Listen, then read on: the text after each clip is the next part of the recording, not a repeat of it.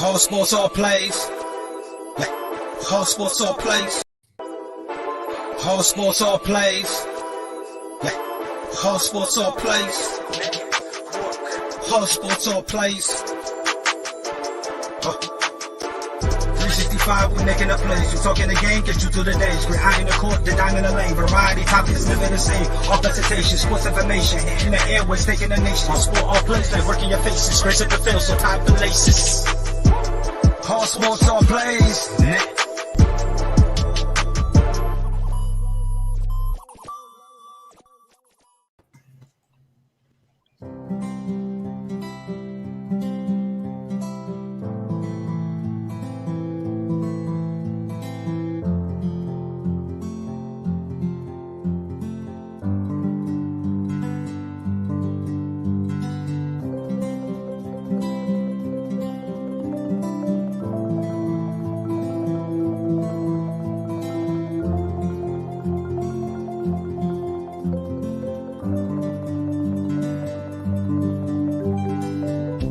This is the Fonx D Streaming Network. Register to come on our channel at fonxdnetwork.com. What's good, everybody? Welcome to another show of Just Say the Truth. I'm your girl, LDZ for Sheezy. And I'm with my boys today. Don't choke. Don't, y'all. I'm going to sing for y'all. If y'all come on here, I'm going to sing for y'all. It might not sound good, but I'm going to sing. I'm with one of my favorite cowboy friends over there in the corner. It's Ben. What's good? What's good, Cowboy Nation? Exactly. You gotta, I gotta start with him. I gotta start with him. Yeah. I was. You a Cowboy fan? Yeah. This gonna be a long show. It's gonna be a long show with you, Freddie. Yes, Knight in shining armor. What up, sis? Yes. Yes. And then we got Pride. It was nice meeting you, even though Freddie tried to taint the whole situation before we even got to meet each other. He tried. I don't believe him. He tried. Unfortunately, he won't succeed. But it is what it is. He tried. I'm not listening to him. I got to give you the benefit of the doubt. We can have a whole nother conversation about this Kobe situation some other time. I don't believe him. I don't believe. You don't believe that? I'm with your Pride. I'm with your Pride. I'm context. That's all I'm saying. It's a very important word. Context. See. And then we got Jonathan. What's good? Hey, what's going on, everyone? Hey, I told one of the sixth graders today that adulthood is overrated. Was I wrong for that? No, you were absolutely correct. Absolutely. Spot on. It's overrated. Yeah. Hey, LDZ, one thing we cannot do, sit up here and do the sis down there got her hair done? I mean, this is the different than I ain't seen his hair. Stop hating. Don't do that. Which hair though? We got everybody has new hair. Everybody has new hair. Lana has some new hair. We got, Jonathan has no hair. You got a haircut. Like it is. I'm just saying, everybody fresh. Everybody. Hey, Ishmael, I heard you call me out Wednesday night. While I wasn't here. I'm here today. You best believe that. Oh, okay. Okay. I don't even. Did he do that? Because I don't remember that, and I was here Wednesday. Maybe he asked where's Freddie Henderson at in the comments. I'm right here. I'm ready to go. Fire at me. But hey, LDZ, tonight's the last night for our collaboration week. We want to thank Ben for coming on. Ben, let the folks know who you are, where they can find you, and what you do, and all that great stuff. Yeah, appreciate you for reaching out. I love what you guys are doing. I see your content everywhere. So BS3 Network is the name of our platform. We're on all different avenues, social media, BS3 Network. We've got a YouTube, we do the StreamYard. We also got the audio version of the podcast, which is on Spreaker. Easiest way, go to bs3network.com. And starting on Monday, we'll be having our own Roku channel, so BS3 TV. So make sure Monday at midnight, if you stay up late, go ahead and go to that channel and go ahead and download it. It's on Roku TV. Definitely want everybody to go out and support him and his network, man, because we know the dedication and work that you have to put in. So go out and show some love to them. But hey, man, the LDZ, it's time to debate and sports because I already. Can I say hi to Alana first before you? Right. I guess these comments. Jeez. I'm sorry, these comments got me pumped up and ready to go. I hadn't even said hi to you yet. Hi, Alana. How's it going? It's going great since he was just gonna skip over me. I guess I'm just not even here. Bruh. Jesus. But I'm doing great, LDZ. Thank you for asking. If you can see, I have a new display name. I see that. I see that. See, Freddie. I feel like it fits. You know, I feel like it fits. Oh, it definitely does. Oh, it definitely does. It does. Thank you, Brian. It does. Thank you, Brian. See, let's see if we can do. Thank you, LDZ. I appreciate you, Brian. I'm gonna try to see if we can do this so we can eventually see it. The sensei. Yeah, that's all. That's all I'm gonna say. We'll put that back up. Are you gonna greet me now? Hi, Jonathan. Hi, Freddie. You got my nerves. Like you jumped the gun. Like you over here rushing us because your game's coming on. We had 5 minutes. He was yelling at all of y'all. I'm gonna tell you. Yeah. 5 minutes till he was like, they better hurry up. They need to hurry up. And he called me. He called me. He got on the phone and called me. And said, okay, so now Mike is now my new favorite because of his jersey, and I know who it is. Luca. It's Luca. Wait, Mamba. What up, Mike? Yes. Did you just say hi, Mike? Yes. What's up, Mike? Stand up. Elena, the next time you say it right. It's Mike. Stand up. I heard you. You know what? You know I can mute you. You know I can mute you, Freddie. That's all. Just remember that. First of all, what's understood doesn't need to be explained. Mike know what it is. Mike know what it is. So, LDZ, I want to say one last thing. I'm really not in a good mood today. You know, I just came on here because I wasn't gonna do the show. Because this morning I woke up and I had to educate some people. So we're gonna mute. This man right there by the name if you want me to mute him. Please mute him, please. We just started. I can't take it. They had 3 hours. Yeah, they did a morning show. They did a great morning show. Hey, starting this Monday, brunch. ASAP in the morning. In the morning will be debuting this Monday. It'll be Monday through Friday. You'll see Elena. You'll see Pride. You'll see Bishop. You'll see Trayvon and many more from the ASAP network. So check them out. Yes, 9 a.m. Central. We will add this question. We will add this question in a second. Somebody asked you, what are your thoughts of Jeff Fisher being interested in a USC job? Jeff Fisher is interested in any job at this point. He better never get a job. Ever again. After what he did to Vince Young, he should never be hired by anybody. Vince Young deserves better. With the game. Yeah, we ain't gonna talk about that. Like he should even. I could address them if Ismail wants me to right now. Go ahead. Boop. What I think about Jeff Fisher. Look, there's a lot of names linked to the USC coaching job, but that doesn't mean that they are coaching material or that they are meant for that job. I don't think Jeff Fisher is the right guy for the USC coaching job. I mean, just because you went to USC and just because you have ties with the university doesn't mean that you qualify or that you meet the qualifications for that job. So, no, absolutely not. I think USC needs to go outside of the family for once and hire someone that's a big name and that can get this university back to where it once was, and hopefully this university can hire the right coach and return to national prominence. Yeah, if I'm not mistaken, I don't even think that USC is really interested in him. I just think it's really Jeff Fisher who's kind of threw his name out there and was like, "Hey, don't forget about me." Right? Like, I agree. I agree with that. And I don't think it's USC talking about, yo, Jeff, you want a job? It's more like, hey, yo, can I get a job? So, you know what I mean? But yeah, I think it's a consensus here. Like, Jeff. Oh, that Jeff Fisher.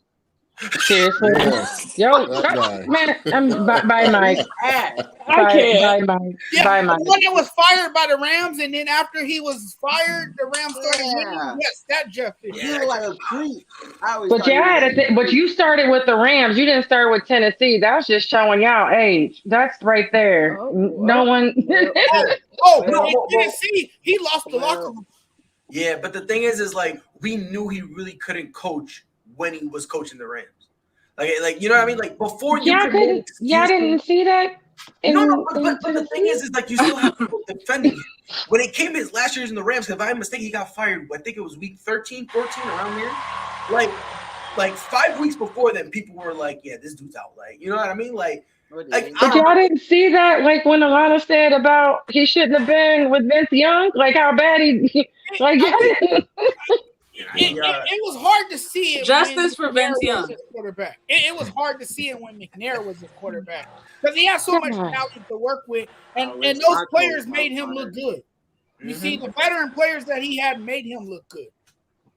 But yeah, Vince Young needed a lot from him, and he didn't get nothing. But I guess since we're talking about he didn't NFL, get a chance. He didn't get an opportunity. Yeah, that's true too. It was a typical setup the black quarterback. If we want to be honest. Boom. There you go. Bingo. If I could give you a fist bump, there you go. Fist bump. That's for you then, because that's seriously what it is. We will talk about some NFL first since we were already on the topic.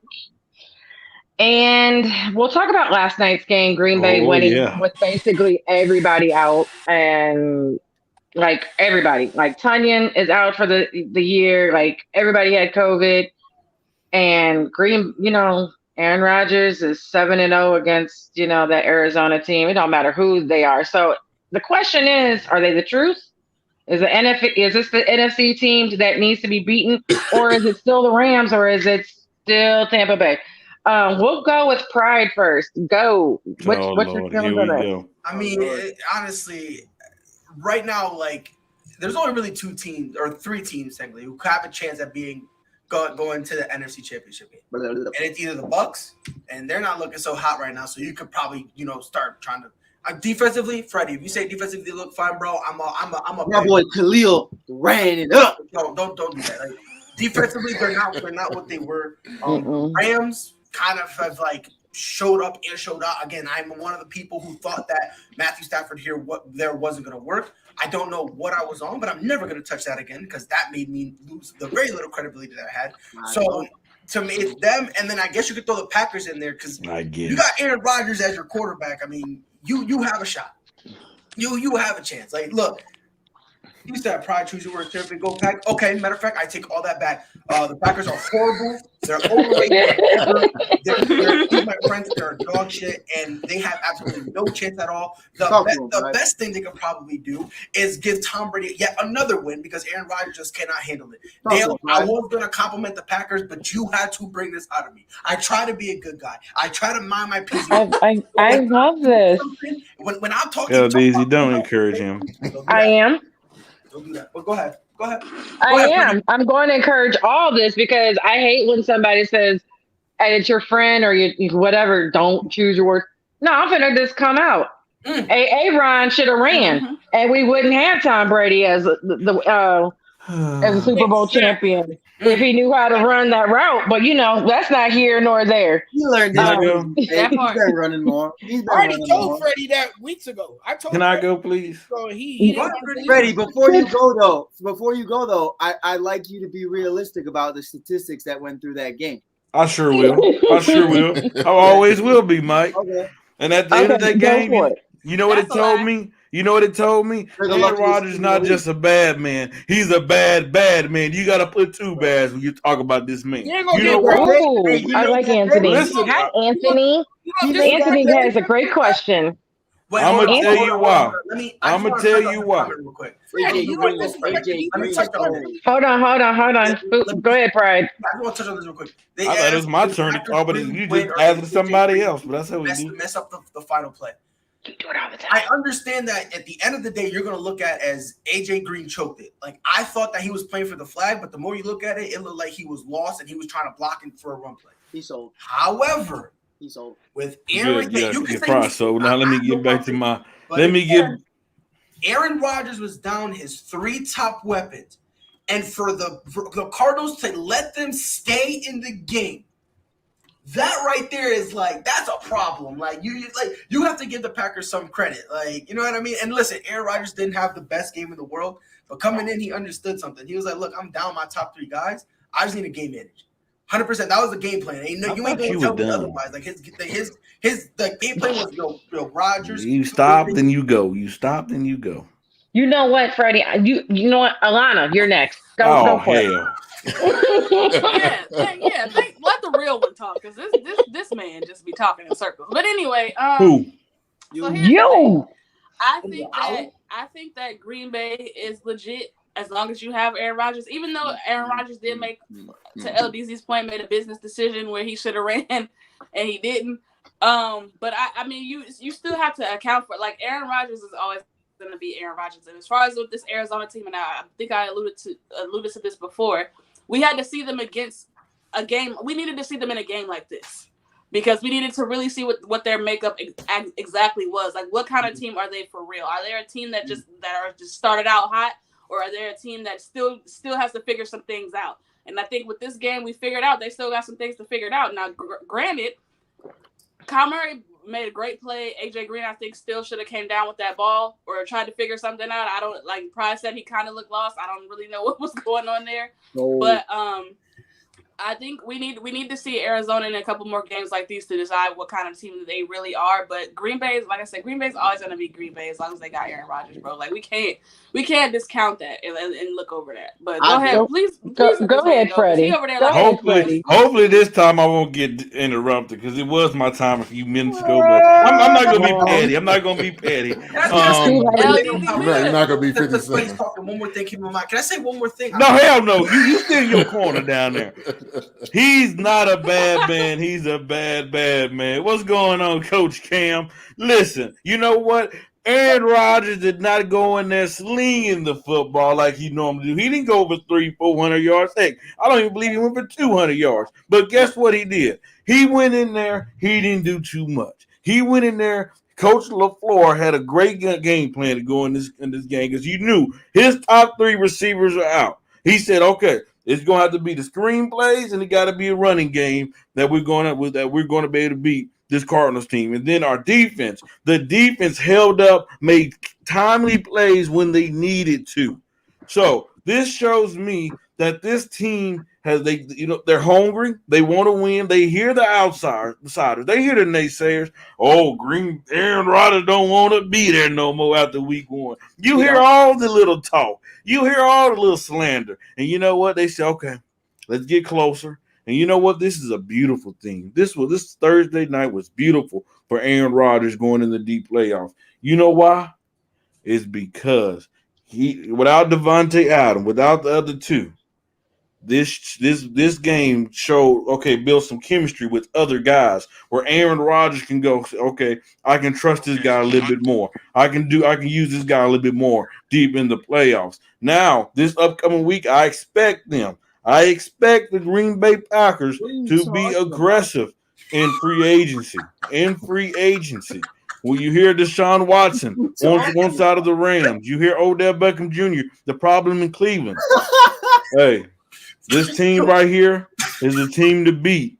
This team right here is the team to beat in the NFC because he's a bad man, a bad man. What's out of the rail? Deshaun Jackson, you know what I meant. You talking about the trade deadline?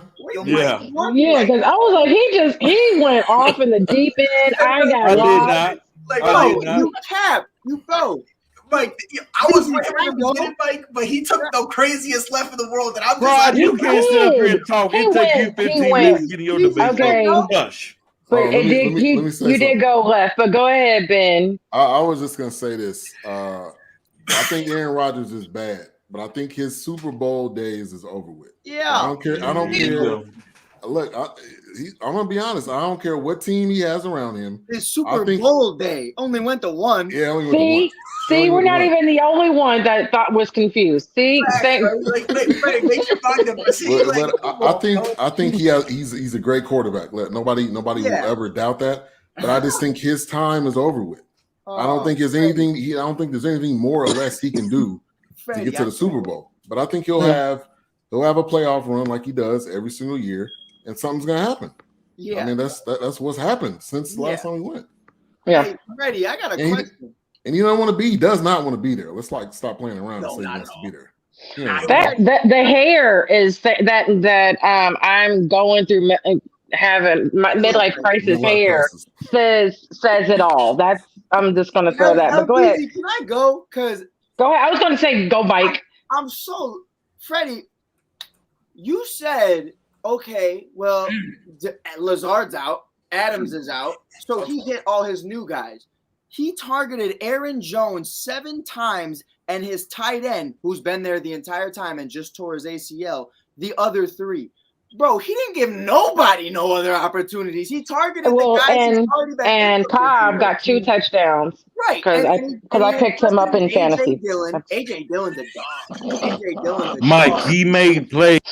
He needed to make plays. With the same guys. No, Freddie. No, not with the same guys. What are you talking about? You know what I'm talking about. No, we don't. The leading receiver is his running back. No, we don't. There was no Randall Cobb. There was no, what is the other guy's name? St. Brown? Is it St. Brown? Yeah. It wasn't Randall Cobb. Randall Cobb caused 2 touchdowns last night, Mike. Correct yourself. Right. And he's been playing with him for years. He only has like 16 yards. It wasn't that many yards, 26 yards or whatever. Any of his new guys. What was his yardage? Mike, what was his yardage? Cobb's yardage. He had 2 TDs, but he didn't have that many yards. Are you looking at the stats? Freddie, he had under 30 yards. He just used practice squad guys from Jewel. No, I didn't say that, Mike. No, I didn't say that, Mike. No, I didn't say that. See, I know you all in your feelings because the Bulls finally lost the game. So don't come here and express your feelings on me. Don't put your feelings on me. Hey, Freddie. Hey, Freddie. So what happened is what I was talking about. Okay, Freddie, we gonna mute you. Yes, ma'am. We gotta let Mike talk. That's he let you talk. Freddie keeps talking about, and everyone keeps talking about, oh, they can make a deep playoff run, bro. They always do, but you choke in the same game every time. 4 NFC Championship losses. Don't make that dumbass face at me, boy. Who choked? Who choked? Mike, let me ask you a question. Hold on, Mike. Let me ask you a question. He choked all the time. All four times. Okay, Mike, I'm gonna have a because we know Freddie, he can't be logical. But let me ask you a question, Mike. All due aside, right? I believe some of those losses wasn't on Aaron Rodgers. Are you basically saying that every loss in the NFC that's what he's saying was because Freddie? When it's any other quarterback, it's on the quarterback at the end of the day. But when it's Aaron Rodgers, he doesn't have help. When Julian Edelman, who was a bag boy at a grocery store, was Tom Brady's best wide receiver, and he made him look like an all-pro. So I don't want to hear none of that shit.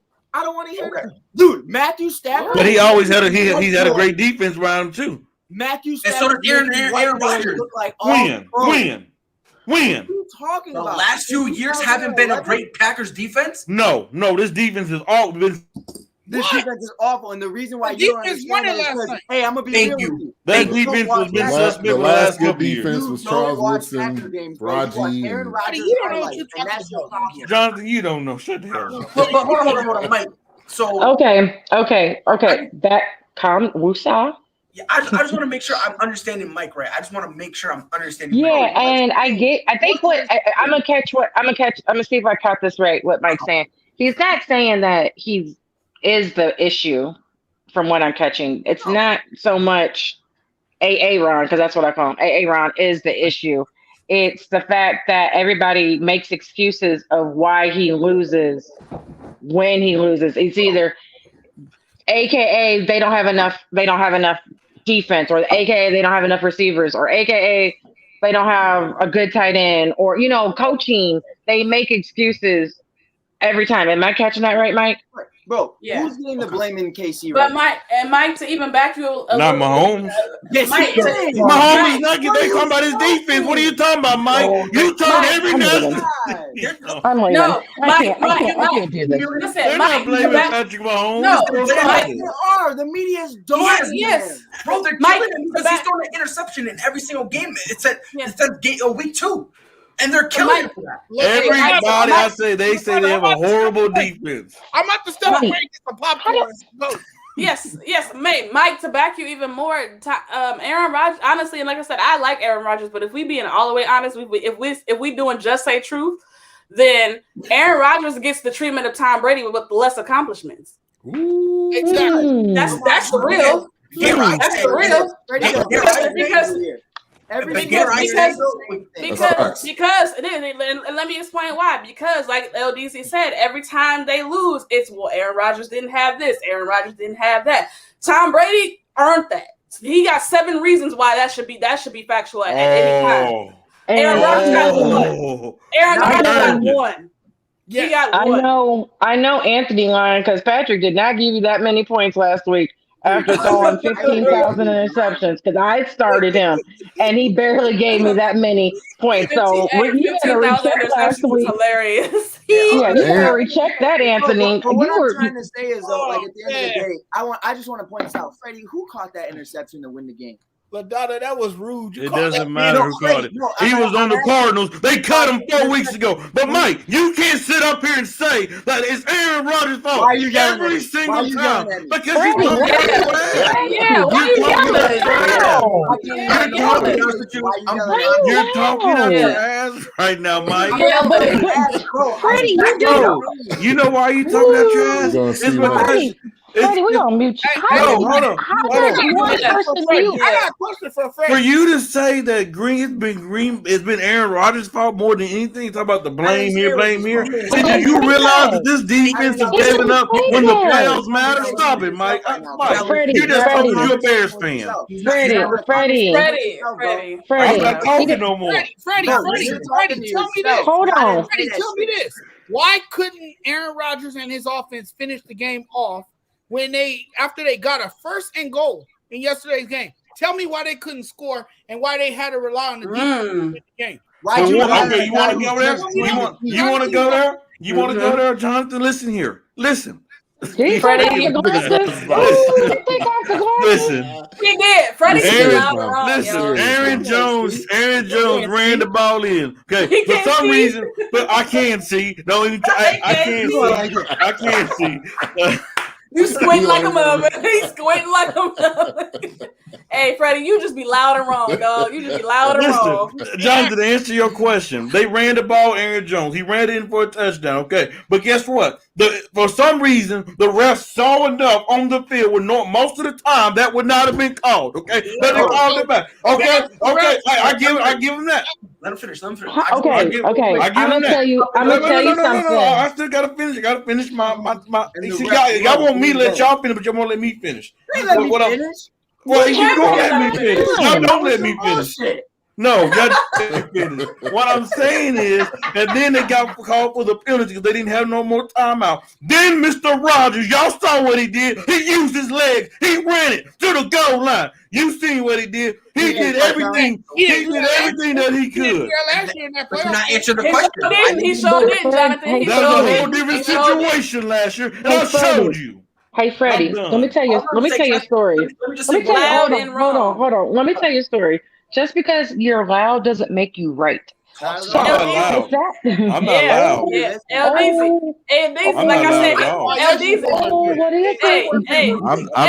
I'm not loud at all. LDZ, like I said, Freddie is loud and wrong. Freddie is loud and wrong. It's crazy because he LDZ, go hang out with Prize tomorrow and get some more. Okay, so Anthony stated that Tom Brady needs a top defense to win the Super Bowl. He had, and I agree with that. But at the same time, you got to remember he just hurt.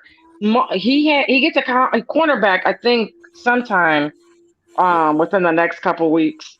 one of his corners. But most of their, their secondary is hurt. That's what I'm saying. So I'll say this though. They'll come back. Last year, I mean, he's still performing. It's at an elite level with the secondary being missing, is he not?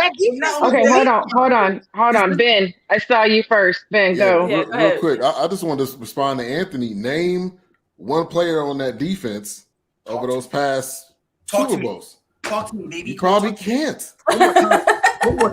Besides Hightower. Or Reeves. Devin White. We gotta get this man off the network. That's not true. That's not true. What was his name? Rodney Harrison. That's probably the only Rodney Harrison. Oh, we're talking about those defenses. They play good team defense. I agree with that. Yeah. And here's the funny yeah, for sure. Ty Law. How long ago was that? Didn't they have Teddy Bruschi too? Bruschi. Yeah, we talking about like 15 years ago now. We're talking about 15 years. I'm just saying that they have names on defense. But you got to remember though, the Patriots never had a quote unquote great defense. No, they didn't. So I will say maybe the end of his career is when he started getting getting top 10 defenses. The only reason because I paid fantasy purposes, but that was the only reason. Like people were even paying attention, and it was later in the career. It was at the beginning. Yeah. That's why Tom Brady had to throw 40,000 points to make sure the other team didn't catch up, and it was because their defense is looking like Kansas City's. They give up everything. They just didn't stop nothing. I'm not even gonna waste my time like even trying to address that comment because that just tells me you just don't like Thomas Edward Patrick Brady Jr., the greatest quarterback to ever lace up a pair of cleats and walk onto a football field. He said all four of his names. But I said his whole government name, Thomas Edward Patrick Brady Jr. Don't forget his Let's go back to the topic at hand, right? Because Mike. Yes. Here's the thing that Freddie. I never even said my point. That's the point, because I want to give you the opportunity to finish saying your point, because Freddie, you're arguing with yourself. Because how can you say you can break down the man's point when you haven't let him finish his point whatsoever? I never even said the point he was arguing. Right? Like I'm done. It's a whole separate conversation. So Mike, continue. Bro, my point is this. First of all, you want to talk about the refs. And here's how I know Freddie don't watch Green Bay games, because you watch Aaron Rodgers highlights. You watch Aaron Rodgers highlights because the refs love Green Bay. The refs love Green Bay. I'm talking about the last play, Mike. I ain't talking about no other damn play. But the last damn play. Hey, what you getting What I'm trying to say is though, bro, this team is no different from years past. It's only you know what I mean? It's no different. It's nothing different about it. And if anything, you just lost your starting tight end. So you better pray that the rest of these dudes stay healthy. And you better pray nothing happens to Aaron Jones. I like Dylan a lot. I think that was very risky for them to take a tight end when you paid Aaron Jones that much money. But I like Dylan a lot. I like what they're doing there. Kind of reminds me of like Chubb, Hunt kind of thing. Zeke and Pollard. It's nice. But you're going to need it for next year too, because Aaron gone. But it's definitely a situation where it's the same shit. There's no difference. There's nothing else going on. Alexander's not going to return the same the rest of the year. He's banged up really bad. Your corners don't look great. Douglas just got here, and the only reason that he caught that interception, by the way, was because Randall Cobb's controller died, and he just decided to stop in the middle of the end zone. It was fucking insane. He just literally stood there and was like, yeah, I know it's fourth down, but I'm blocking. Like, I don't what that blew my mind. I don't know. They get the luckiest breaks. And Freddie, tell me this. Answer me this. Who get the luckiest break? I'm trying to talk to you, bro. You trying to talk to I'm asking you a question. Who get the luckiest break? Green Bay. If you let him finish. What lucky break? Elena, he don't need your help. You might need your help. He don't need your help. He needs my help. He needs my help. He needs my help. Let him talk. Let him talk. Let him talk. Let him talk, Freddie. Let him talk. Aaron Rodgers or Douglas? Mike don't need no help. Who won you this game? Aaron Rodgers or Douglas? Which you're not answering that question. Why you nervous? Yeah. Aaron Rodgers. Aaron Rodgers. Yes, he gonna go in there and man throw the game away, Mike. Okay. We've been on this. He didn't try to do too much, Mike. Even though he caught the interception, which I understand that. But Rodgers could have came there with a different mindset, Mike. He could have came in and said, you know what? Screw this game and stuff. I'm gonna do what I do, and he didn't do that. But he didn't. I know. Can I say one Okay, thing? and Marshawn Lynch could have ran the damn ball, but guess what? He didn't. Loser. Guess what? Aaron Rodgers. Exactly. Guess what he did? What he did and won. He Can I did say one it. thing real quick? For He one, did Mike, too. hey, let me tell you a story. Let me tell you. I'm gonna tell you. Popcorn. I'm gonna tell you one thing. I'm gonna say we're gonna go on, but Mike, don't ever talk about Marshawn Lynch while I'm in front of I you. love Marshawn. That's what we're not gonna do. What we're not gonna do is talk about my Skittles because he had no control over what they were gonna do on that run play or not. That was not up to him. So don't. But A Ryan could have ran. What if anything? Yes, he could Ran have. in. Yeah, I think it's the more so the example of the what if. But go ahead, Pride. Go ahead, Pride, because we're about to move on to it because we can't even. I just want to 30 minutes. We've been on this one measly subject. Yeah, so I want to say one thing real quick, Mike. Don't pay minor Freddie, because this is the same Freddie who says the refs they got a lucky break with the refs and getting the Packers to win. Ask him what he said about. Was I talking to Freddie? No, it wasn't. I was talking to Mike. You gonna say something about me? You come correct, sir. What you said? I said. Are you? Let me ask you. Gonna change your words again? You gonna change your words again? You in a corner and now you're gonna make something up? You said that the refs gave the Packers a call. Did you? Or they took a call from some sort, right? No, I did not say this. If you come, Mike, you gonna say what I say. You come correct. Like I tell you that all the time. What I said was. Aaron Jones touchdown, he ran the ball into. He was out here saying that, when like they're complaining about the refs. And he said the same thing about Bulls fans. Is that a sheet? It's a shirt. It's a shirt. He said the same thing. Where's the bullhorn noise? We're done with the subject. We're going. Pride. No. No, I am teaching. I am teaching. Let's no, go. I am teaching. But if you want to say something out my mouth, you come correct next time, sir. Well, Freddie, we're coming at your mouth and we're moving on. Because we have been here too long over Ron, and I did not know this conversation was going to get so heated over Ron. Like I didn't. 184 yards. We're talking like he fucking threw 400. Yeah, man. He came with the game plan and it constructed it right, Mike. Stop it, man. I know quarterbacks that can't do it. Freddie, it's over. Calm down. Musa, rub your ears. My ears all rubbed. No. You need them rubbing again. You need to calm down. Hey, man. Hey, I got a truly over here. I'm a telepathic truly to you, dog. I'm going to do the friends move. Bring it down. Let's bring it down. There you go. There you go. Get the church fan. Get that church fan. Jesus. It's just hot in here, man. It's just hot in here. I know. So Be holy. the next topic, and this is real quick, and then we're going to move on to NBA. JJ Watt. We spoke about him Wednesday, and we did not know. All we knew is that he was going to get surgery done. That's all we knew. Well, then we found out that this man has not one injury, but 4 injuries. And the question is, I'm pretty sure that he has a fake arm now. Should he hang it up? Like, Alana, should he hang this up? I hate to say this because I'm such a fan of JJ Watt, and I think he's a good person and a great player. But at this point, he probably should, honestly, because he just it's not even the fact that he gets injured a lot, because a lot of players get injured a lot. It's just the type of injuries that he has, and they're so significant, and they're so like detrimental, and it's like you have to do so much mental rehab, physical rehab. Like that's a lot to ask of one person to continuously go through that for so many years. Like I said, I hate to say it because, like I said, I really do like JJ Watt, but I just feel like at this particular juncture, he's doing himself more harm than good by continuing to go forward. Because at the end of the day, like, there's already so many things that football players deal with, period, right? Mm-hmm. And they've all they discovered like the mental health and all the issues and things of that nature.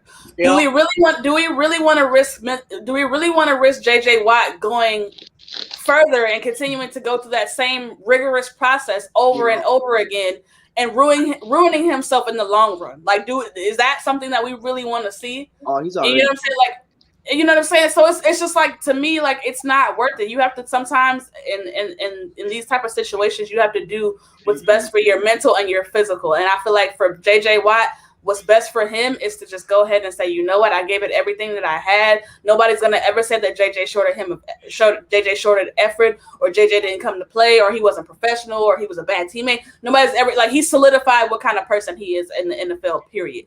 So there's nothing else to prove. Granted, yeah, you didn't wear the Super Bowl ring, and that's fine. JJ probably could still somehow squeak into the Hall of Fame, maybe not. Who knows? But JJ is a great player, and I think he's in the Hall too. But I mean, everybody has their opinion. But I think at this particular juncture, he just gotta call it a wrap, man. Save yourself from yourself. Like, sometimes you got to do that. Jonathan, what do you think? JJ. Yeah, I couldn't agree more with Alana here. She made a great point and hit it right on the dot with everything she said. JJ Watt, as we all know, is a great player. He's probably one of the top defensive players to ever play this game. At one time, he was a dominant pass rusher. I mean, he'll get to the quarterback, put a lot of pressure on him. But, I mean, you know what? At some point in your life, you have to hang it up. And I think now is the time to do that. Go out while you're still, even though you're banged up and have to have surgery, go out now so you won't do more damage to your body. And, your health is more important than the game of football. This for him is, his health is more important. And this is bigger than football. So if I'm JJ Watt, I'm hanging up the cleats. I'm calling it quits. And you know what? To me, he's definitely a Hall of Famer. I think he is. I think he's worthy of that. I think he's shown us enough that he was one of the top players in this league. And, he's a great guy. And to see him, do more damage to himself, I would hate that for a guy who carries himself as one of the nicest human beings out there. So, yeah, I think it's time to step away from the game. But you know what? It's hard to do that, LaDonna, I get it. When you're a competitor and when you have a passion for the game of football. And Watt definitely has a passion for the game of football. And I don't think he really wants to go out like this. I think he wants to go out with a bang, and a chance to win the Super Bowl. But unfortunately, not everyone can win the Super Bowl. And if you want to protect yourself and your well-being, now is the time to, call it quits. Yeah, I agree with that. And does anybody else have anything else to add? If not, we're going to move on to MB. I felt like personally, as a former athlete, I hung it up. After, I went out with a bang. Sorry, JJ, but maybe you still get this dub this year. But I went out with a championship in high school. I felt like I could have played college ball. I could have played at a significant level.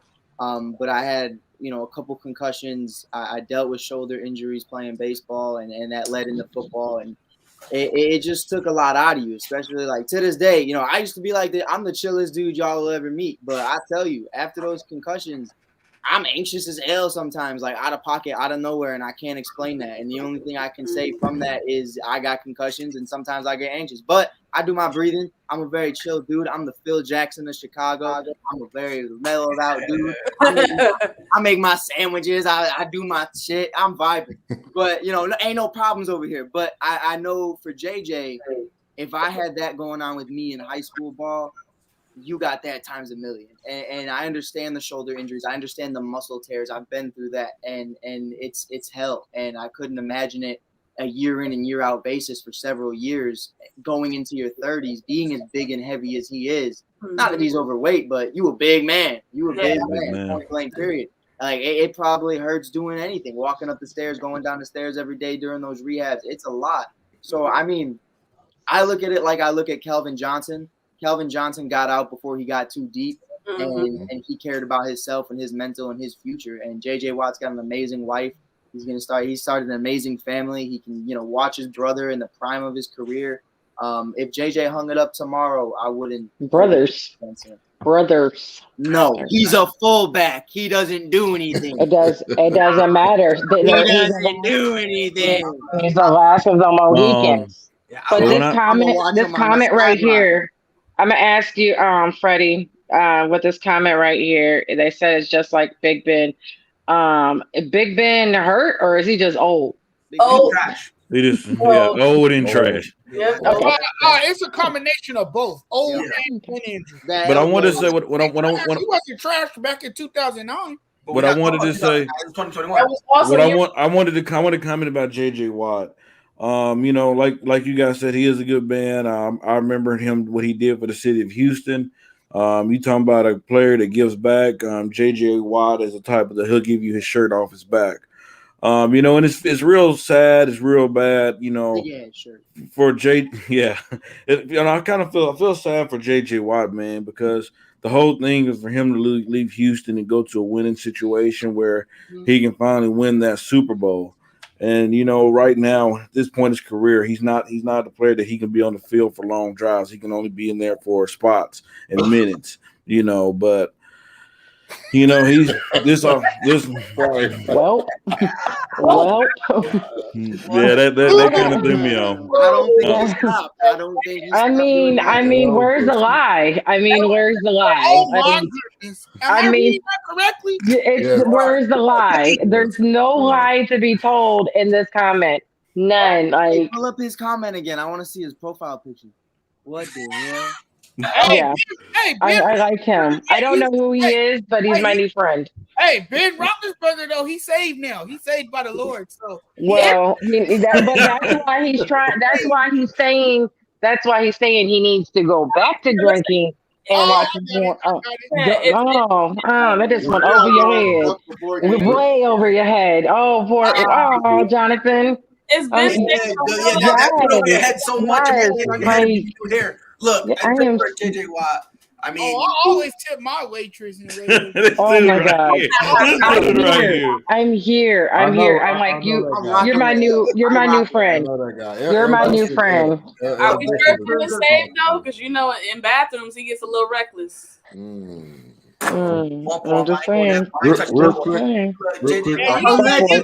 Hey, if you're Starbucks, you don't want to give him that bathroom key if he walks in.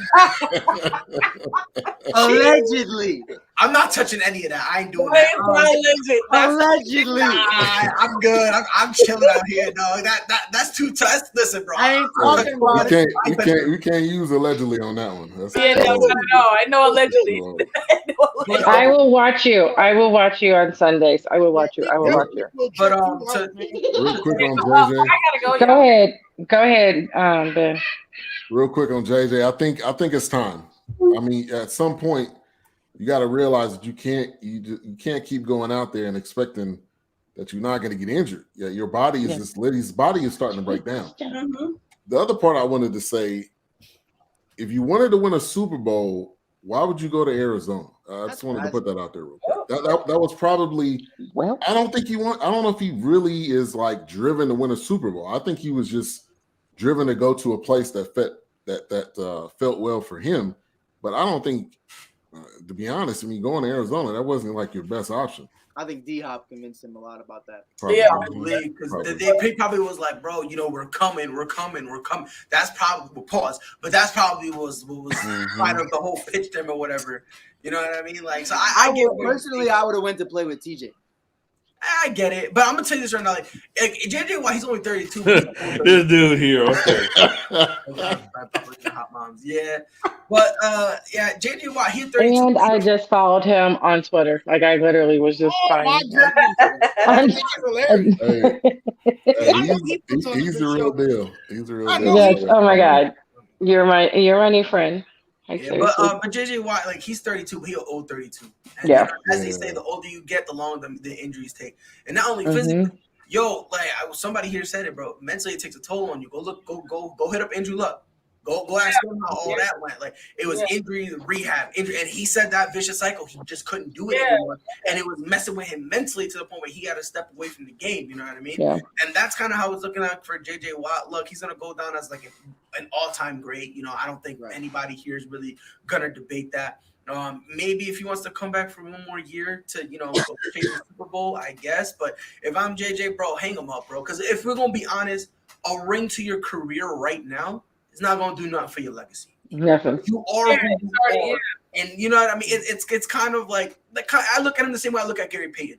Yeah, he went to LA and he got a ring, but at the time his legacy was already solidified, and that ring kind of didn't really boost him up or push him down. It kind of was just like he's kind of the same thing for Dwight Howard. It really didn't change my opinion on Dwight Howard. Exactly. That's like another one you could say. So, JJ Watt, just hang him up. But if you wanna keep pushing, I guess. But if he comes back, he's gonna have to understand, bro, with my injury history, I can't do what I try to do because he was trying to replicate the Houston days, and you need to understand something, bro. Like, you can't do that. You're older. Not only are you older, but you're in a new system where, frankly, in Arizona, you don't have to be Houston JJ Watt.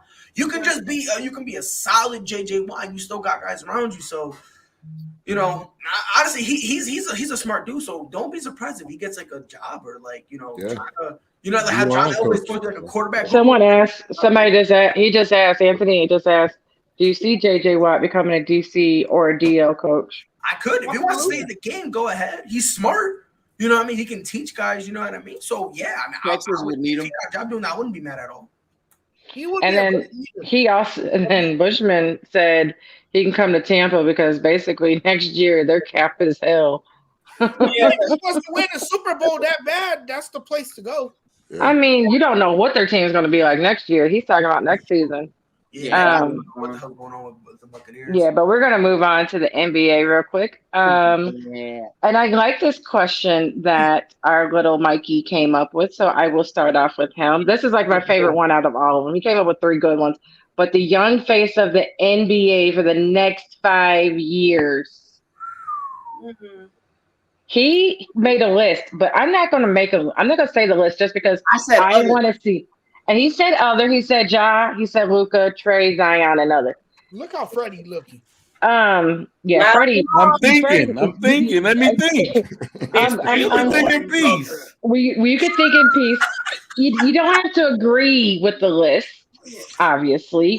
But who are your young faces? And Mike will go with you because, like I said, I know you started with this, but you might have somebody else that we don't know. We know who. Yeah. I love my boy Luka Magic. That's my dog. That's my. You have to put DeMar DeRozan on that list too. You know what I mean? That's my like 30. Mine like 30. The year's gone. And after last night, I'm looking at it what I like, and Lil Ja Morant down in Memphis, he's making a name, and that boy right there is literally from firsthand watching this man play in person is Derrick Rose 2.0. He's Derrick. I watched Derrick for so long.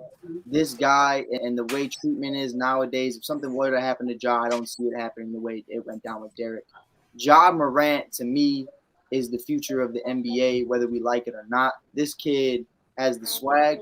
This kid has the trench mob mentality in the sense of where he comes from the mud, and he understands that. And, you coming from a college where, personally, I was one of those guys that got clowned. I got clowned so hard. I was like, I ain't taking Zion, big ass. I said that clear cut. I said, I'm taking Ja Morant. And they're like, you don't know what you're talking about. You don't know what you're talking about. And I'm like, well, watch. And 318 pounds later, it looks like I'm right. Because Zion heavy as shit and hurt still. Can't stay on those ankles because he's too damn big. And Ja's out here jumping out the room. And Ja, you got that little dreadlock dyed red. He look hard. He look hard like that.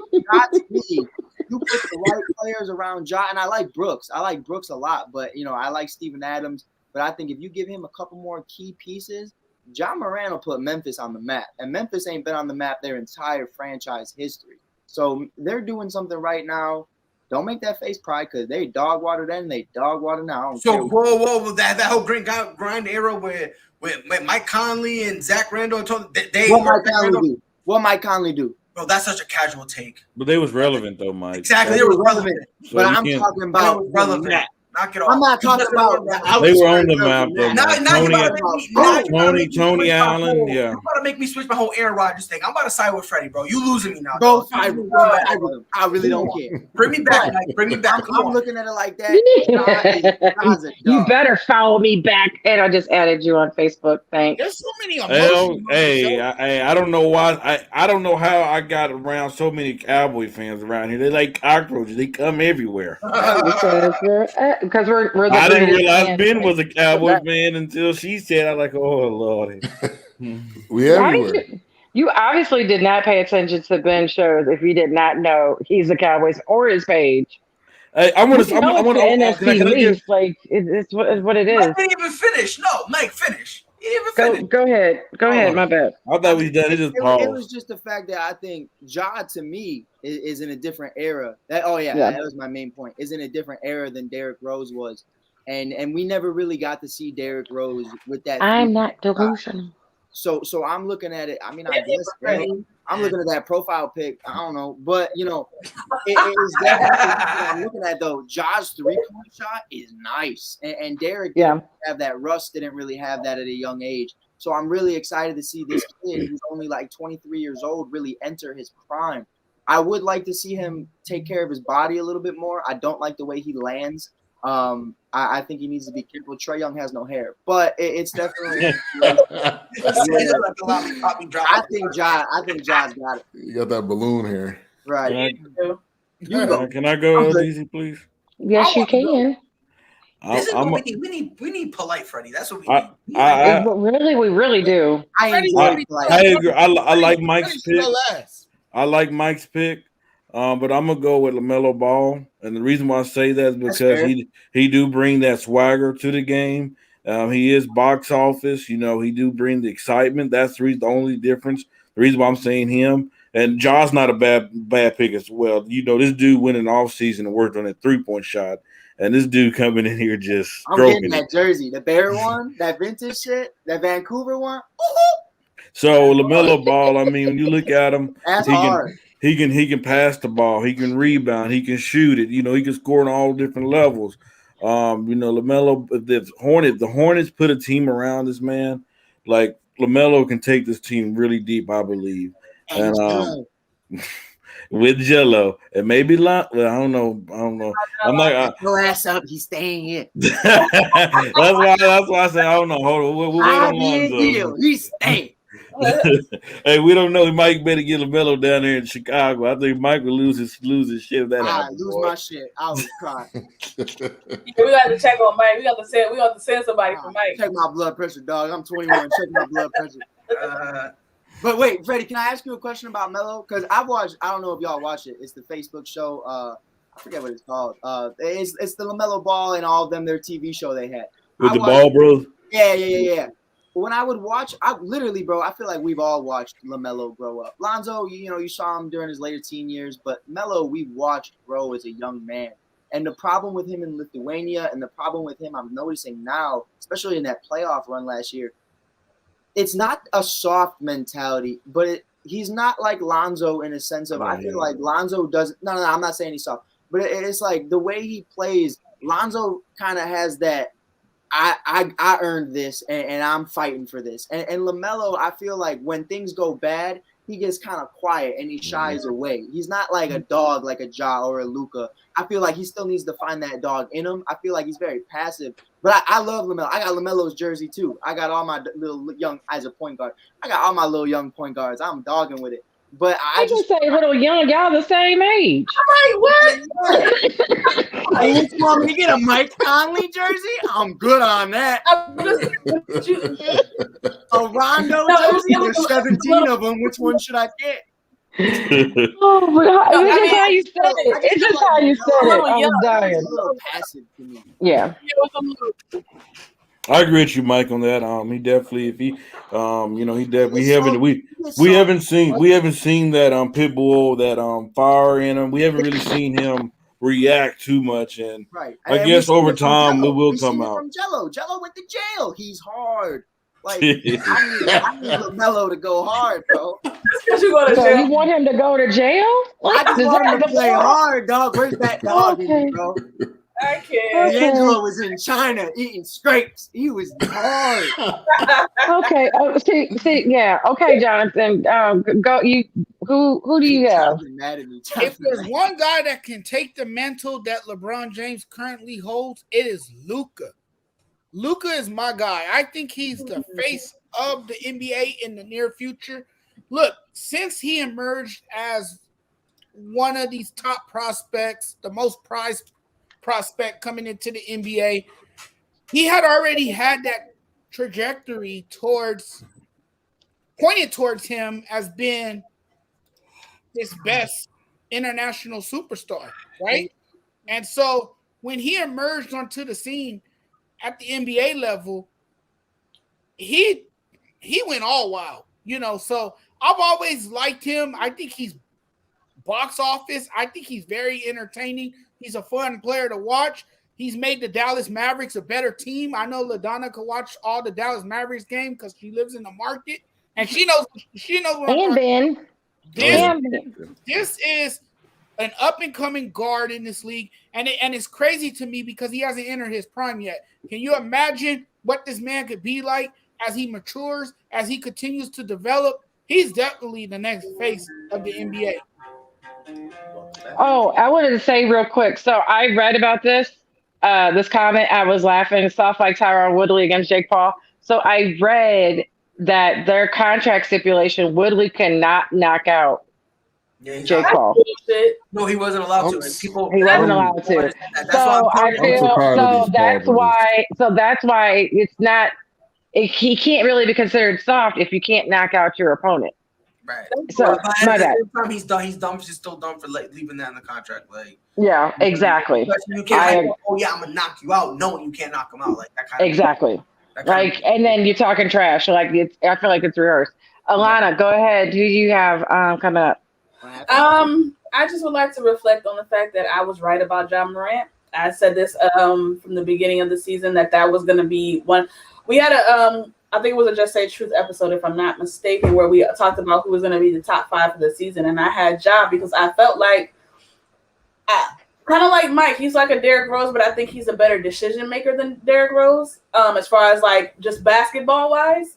And I just feel like his talent and just his mentality, like I love his mentality. Like he's not one of the young guys that it was a spoiled AAU kid and just came in and everything was just handed at his feet. You can tell Ja has had to grind. Ja has had to put people on notice. Ja has had to develop, and he's actually taken the time to develop. I'm talking to you, Ben Simmons. And he's actually gotten into the gym, and you can see the improvements. Like you see Ja's worked on his shot. That was his criticism last year, that he wasn't a great shooter. You can see he's actively worked on that shot. You can see he's a lot more patient. You can see as far as when he's throwing passes, he's not as turnover prone as he was before. Like he's sharpened a lot of tools in his box, and he's just expanded his game so much. So I think going forward, we're gonna have those conversations about a Ja Morant, and as far as breaking him, barring injury, of course. If he can stay healthy, which I agree with Mike as well, he's got to learn how to land a little bit better.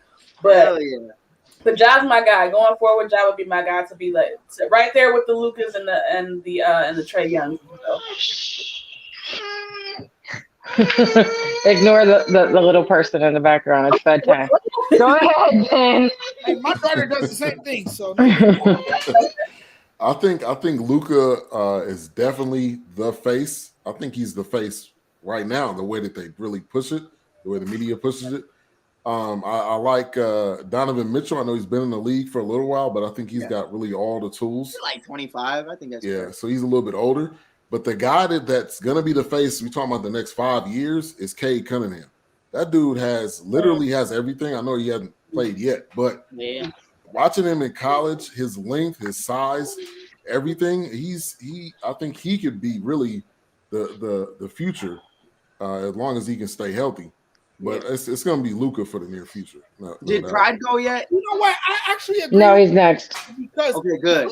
Cade Cunningham, he's very NBA ready. And this is a guy who's very mature, and like you said, he has all the tools to be great. So I can't wait to watch him. I think it's going to be fun to see what he can do. And Detroit, they really have a superstar in the making.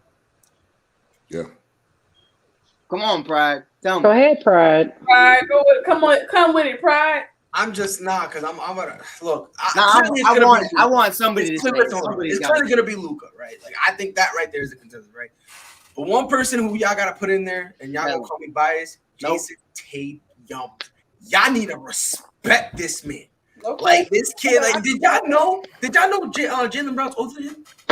Did y'all know that? Yeah. Jaylen Brown's older than him. Let that sink in.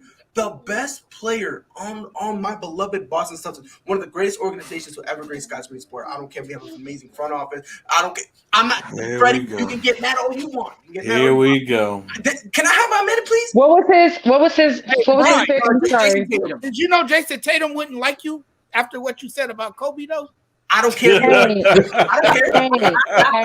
But let me tell you a story. Let me tell you a story. I like Pride because he picked Jason Tatum.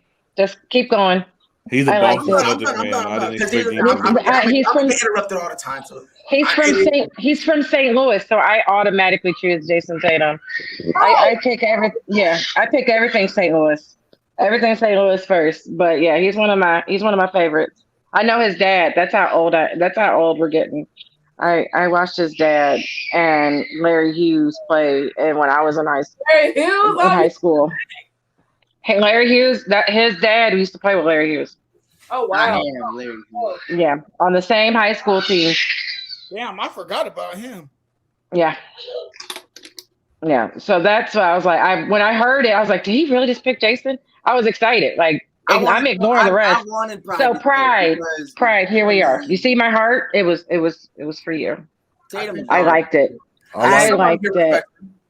I like Tatum. I liked it. I like Tatum. Tatum, I like Tatum, but I'm gonna say this: he has to show it when it matters. He does. I love the regular season Tatum. I love it. He did drop to show it when it matters. Yeah, they didn't win the series though.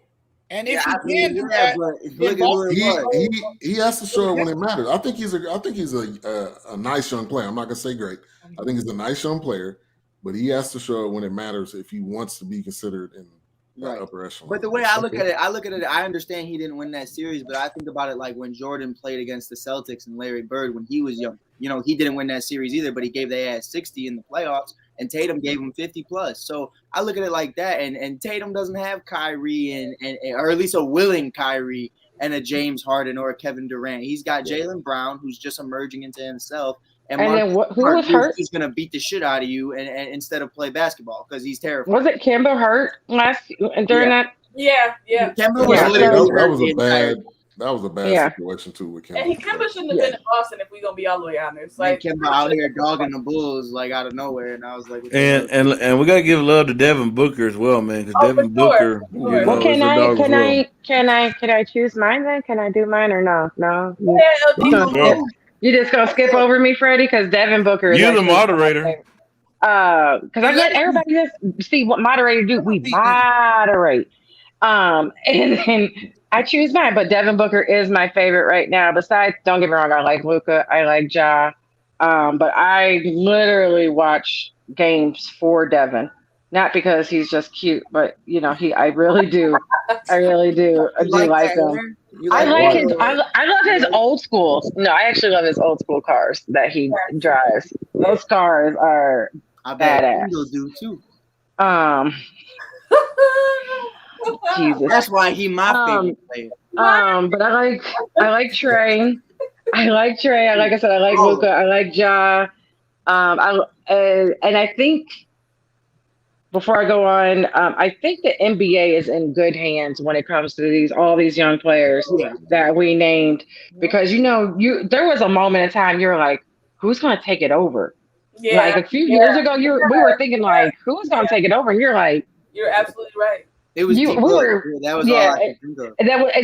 That was it. And you couldn't think of anybody. Like Jason was still. Jason, you didn't know until that playoff series against the Yes. Mm-hmm. And then Dame is getting older, so we can't name Dame. You watched a lot of Boston Celtics. You really didn't know about Jason until that series. Yeah. And so that's what, it was kind of, but let's go on. The other question is, how do we feel about Russ now that we've seen him bounce back from game. Well, like I said, it was only 2 games into the season. I mean, you can't really base much off of 2 games into the season.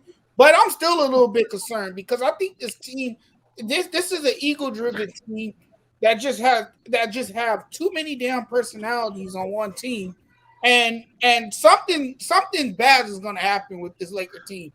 If chemistry don't start to take shape, I just did y'all lose? Did y'all beat Cleveland? We ain't played him till tonight. Y'all playing until tonight. Oh yeah, because Freddie. They said it was like a maybe. I mean, because Jonathan said Jonathan guessed that they were going to lose, so that's what all reason. That's what I'm here. Injuries too. I just don't know. I don't know about LeBron. LeBron to me now, he's older, and I mean the man is falling to the ground more and makes me nervous every night. He's a part-time GM. Yo, that's crazy. Yo, you lost your hair and lost your damn sets. Why you got disrespect LeBron James when he's still playing at MVP? I'm not doing this. Because he fell to the floor the other night, grabbing his damn knee or ankle. That was Anthony Davis. But try again. That was Anthony Davis. Try again. Hey, you learned that. But wasn't he out for 2 games? Wasn't he out for like 2 games afterwards? Yeah, he was over there. LeBron was out for a little bit, being a coach on the sideline. My man started load management 3 games in.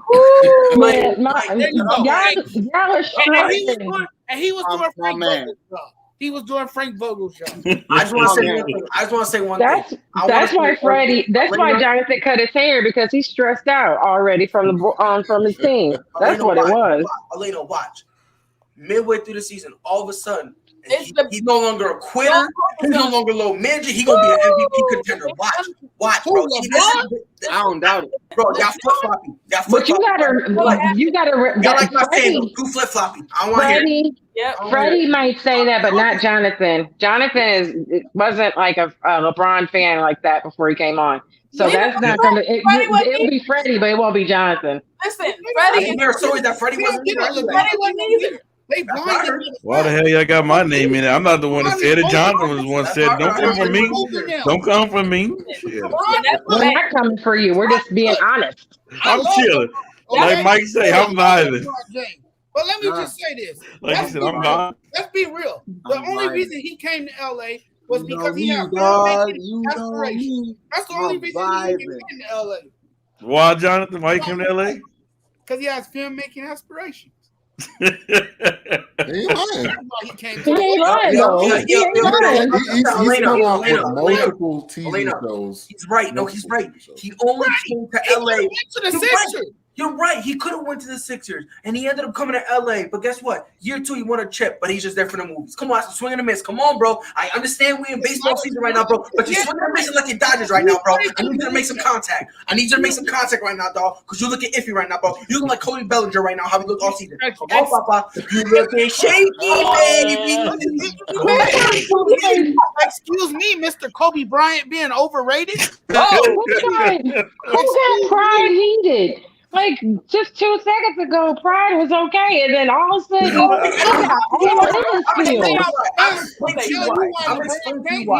I'm explaining to you why. Anthony, I agree with you. No, hold on. I want to explain. I'm explaining why I'm so upset. I'm so angry. I want to explain one time. My boy is tight. I'm tight. I'm heated, bro. Mom, I'm hot. Go to your father's house. I'm hot. Like that's where I'm at right now. Let me explain to y'all. I don't got no father, dog. 100%. I ain't got none. I don't even know his name, bro. Supposedly he came back, but I don't even know nothing about him. Look, man, this is why I get so tight. LeBron James is the only athlete on God's green earth who, if he says I'm a size 12 and wears a 12 and a half, he's a liar. He's the only dude I know who, when he sneezes the wrong way. LeBron James is the only man I know who's considered weak for breathing oxygen. I've never in my life seen any other guy be critiqued the way of LeBron James. And my thing is, if we're gonna, it's true. That's a fact. I agree. And that's my thing. If we're gonna, my whole thing is, if we're gonna critique LeBron like this, we gotta critique everybody like this, bro. We gotta critique everybody. Nobody wants to do it. You know what, Pride? That's my thing. We talking about Russ. How we get on Russ? Hey, Lonzo's better than Russ. You heard it here first. Oh, here you go. The reason why We're gonna mute you. We're gonna mute you, Mike, just for that comment right there. My shit, I don't care. I stand by it. That's my story, and I'm sticking to it. Can I go, please? I done laughed too much. Can I go? Yeah, I just Go ahead, Ben. Go ahead, Ben. Go, Ben. Go ahead, Ben. I'm quiet. I promise. The reason why he gets so critiqued. Go ahead. Because Go ahead. Russ or LeBron? Are we talking Russ or LeBron? I'm talking about LeBron real quick. Okay. The reason why I think the reason why he got critiqued so quick was because he wore number 23. And he was talking that shit. If he wore number 28, we probably would not even be talking about this right now. I disagree. I think it's the decision. I disagree because it's when you wear 23 at the caliber of the player he was, you're gonna be held to that standard, no matter if he wants it or anybody wants it. You're gonna be held to that standard. But no matter what. I would agree in the beginning, but on the trajectory he was going midway through his career, people would have called him. You know what I mean? They would have started. Yeah, he was always gonna get exactly. Right, so that's kind of the me. Early in his career, yeah, definitely. You know what I mean? But no, I think a lot of the criticism came when he announced his decision to go to Miami. Bro. I think that plays. Hey, one at a time, gentlemen. One at a time. I think I'm gonna be honest. I think that does play a part. There's a lot of factors. I think there's a lot of factors why he gets critiqued and the decision. So even though y'all might not hold it against him, there are still people that hold the decision and not one, not two, not three. Let me go back to all that. They hold that. They do hold that against them. I do think LDZ though, but I do think the 23. What Ben said, I do think that's another factor. You could, but it's also who he is. His name, is a lot of it. So I think there's a lot of factors. But go ahead, Mike. My thing is this, and from Chicago, I could give this perspective. When you're goat chasing, you're going to have people coming for your head. And the reason why Bulls fans and Jordan fans love Kobe is because Kobe wasn't to pride. Hear me out. They didn't always love Kobe, though. Kobe wasn't trying to be better than Mike. Kobe was trying to be Mike. He was looking up to Mike. He aspired to be Mike. Whereas Bron, you hear Bron clear as day saying, I don't want to be Mike. I don't want to be Kobe. I want to be the greatest player of all time. So that's where people get flack because they hate anybody trying to say Kobe's or Bron's better than this, Bron's better than that. And people hate change. People hate change, and people hate that because they're stuck in nobody will ever be better than so-and-so. And they loved Kobe because Kobe and MJ had that kind of connection, and he kind of mentored them in a way. Whereas Bron was like, I don't give a shit about what y'all did. Here's what I'm going to do. And people took that the wrong way, whereas people like me, I liked it. I was like, all right, there's a young kid. He's going to grab the torch, and he's going to carry it. And that's what Bron's done, in my opinion. Bron will go down as one or two, and there's nothing anybody can say. But I think a big part of what goes into that, not only the decision, you saw it with KD, you saw it with Bron, you saw it with a bunch of people. The number 23, it's a damn number, bro. Like, get over it. But to me, at the end of the day, it comes down to people don't like change. And if you're coming for the GOAT, people are going to hate you because they're either Jordan fans or they just hate change and they don't want to admit it because they're old heads. And Bron, being an old head now, you see a lot more people starting to believe in him, saying he's the GOAT. Earlier on, when he was at the Heat, there was no way in hell he'll ever catch Jordan. Now you see closer at times going on that more people that are us being older are starting to come around. All these young people talking about, no, it's Trae Young. Like right now, maybe right now we're having that conversation, but 20 years from now, those young kids will tell you that Trae Young was the greatest kid they ever saw play basketball. I think it's all about era and it's all about perspective, and that's why people hate Bron.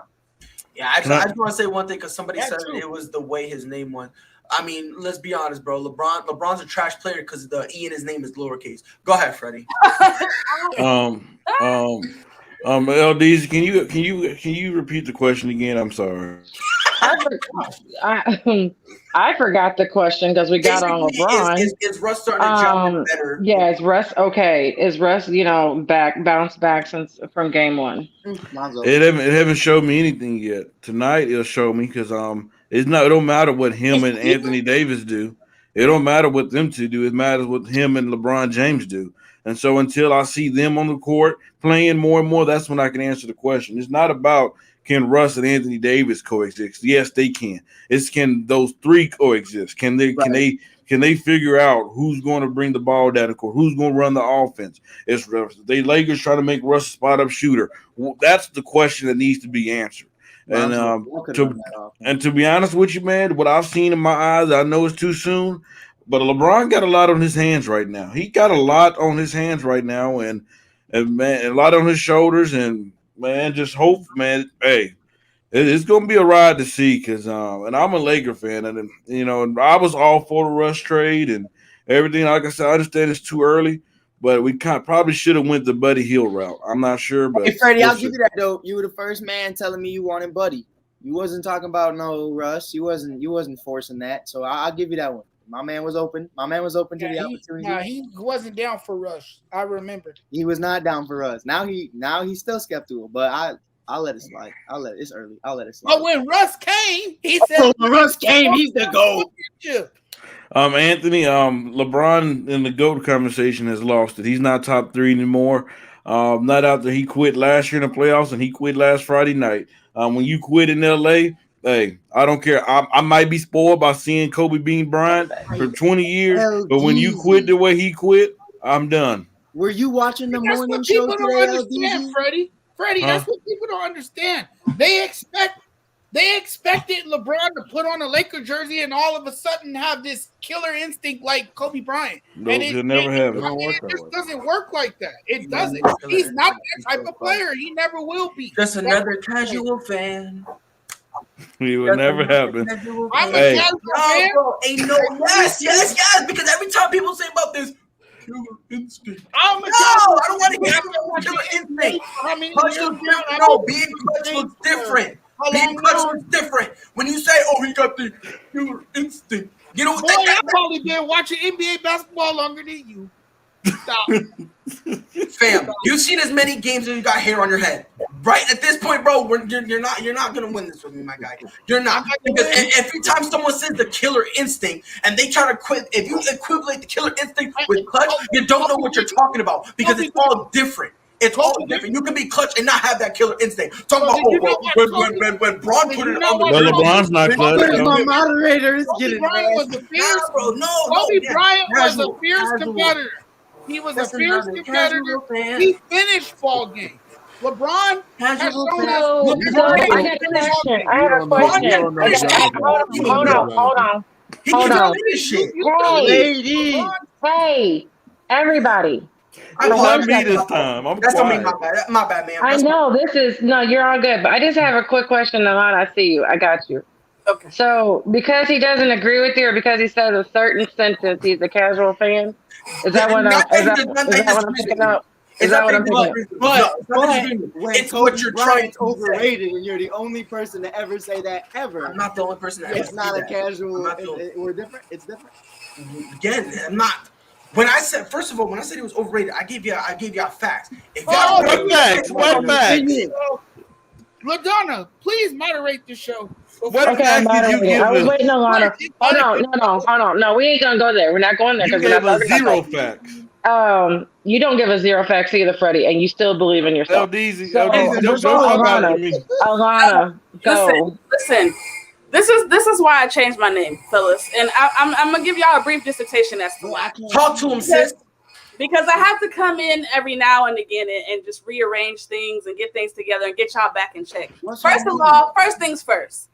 You can't listen to Freddie Bayless over there, okay? Because at the end of the day, there's so much back and forth and flip flopping with him. You don't know where to go. Name win. Name win. I didn't interrupt you. Name win.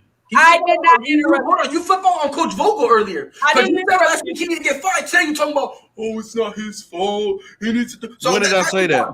I just listen. We need to get you drug tested. I didn't interrupt you. And it's your boy Pride to interrupt you. So come after him. Listen, like I said, you can't listen to Freddie Bayless or Jonathan A. Smith over there. So both of y'all are incorrect. And here's why. So I'm gonna address the Russ thing first. Compliment. I feel so inspired. But Elena, but when did I switch up though? You talking about? Hold on, Freddie. I'm gonna answer the Russ thing first. Oh, okay, then exactly. The Russ.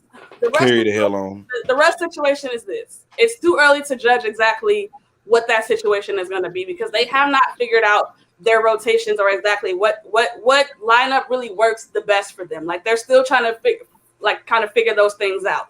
So as far as with Russ, I say give it a couple more games. And Pride and I actually spoke about this earlier. I think it's going to get to a point where because you Whitlock. I think it's going to get to a point where again, you're chatting that and you're here watching me. You chatting and you're here watching me. So again, just another. I think it's going to get to a point where Russ is going to have to come off. Jason Whitlock. Not Jason Whitlock. I can't. Man, you're watching me. You're watching me. Okay, so here's the thing, right? I think it's gonna get to a point after a couple of games, just depending on how things kind of unfold with this Lakers team. I think, like I said, me and Pride spoke about this earlier. Russ is probably gonna have to come off the bench. That is gonna be the best thing for them because Russ he's so headstrong and like that's his issue. He's so headstrong. Amen. He doesn't know how to like adjust. It's his adjustments as to why it's not really clicking the way it should be right now. But I think the best thing for them would be to come off the bench now, and that's just my personal opinion. Now, on this LeBron thing, real quick. Okay. Can we bring the comment back up? I love that comment. Bro, and it's funny because if you ask him where he's got Kobe in like 7th. I know this dude. This dude agrees with me. That's the funny part about it. He agrees with me, and now he's switching it up to entertain people. Listen, look. So here's the thing. Here's a few things actually. There's no way on God's green earth or any other planet that Kobe Bean Bryant. Hold on. Let Kobe, let her speak. Yeah, like y'all interrupted me. I didn't interrupt none of y'all. Hey, put her back on the screen. Like I was saying. I'm over here taking it off because I was trying to take it off because it was like in her face. Yeah. Okay. So anywho, Pride, I love you to death, but there's no way that Kobe Bean Bryant is overrated. And he is. I'm sorry. There's no way.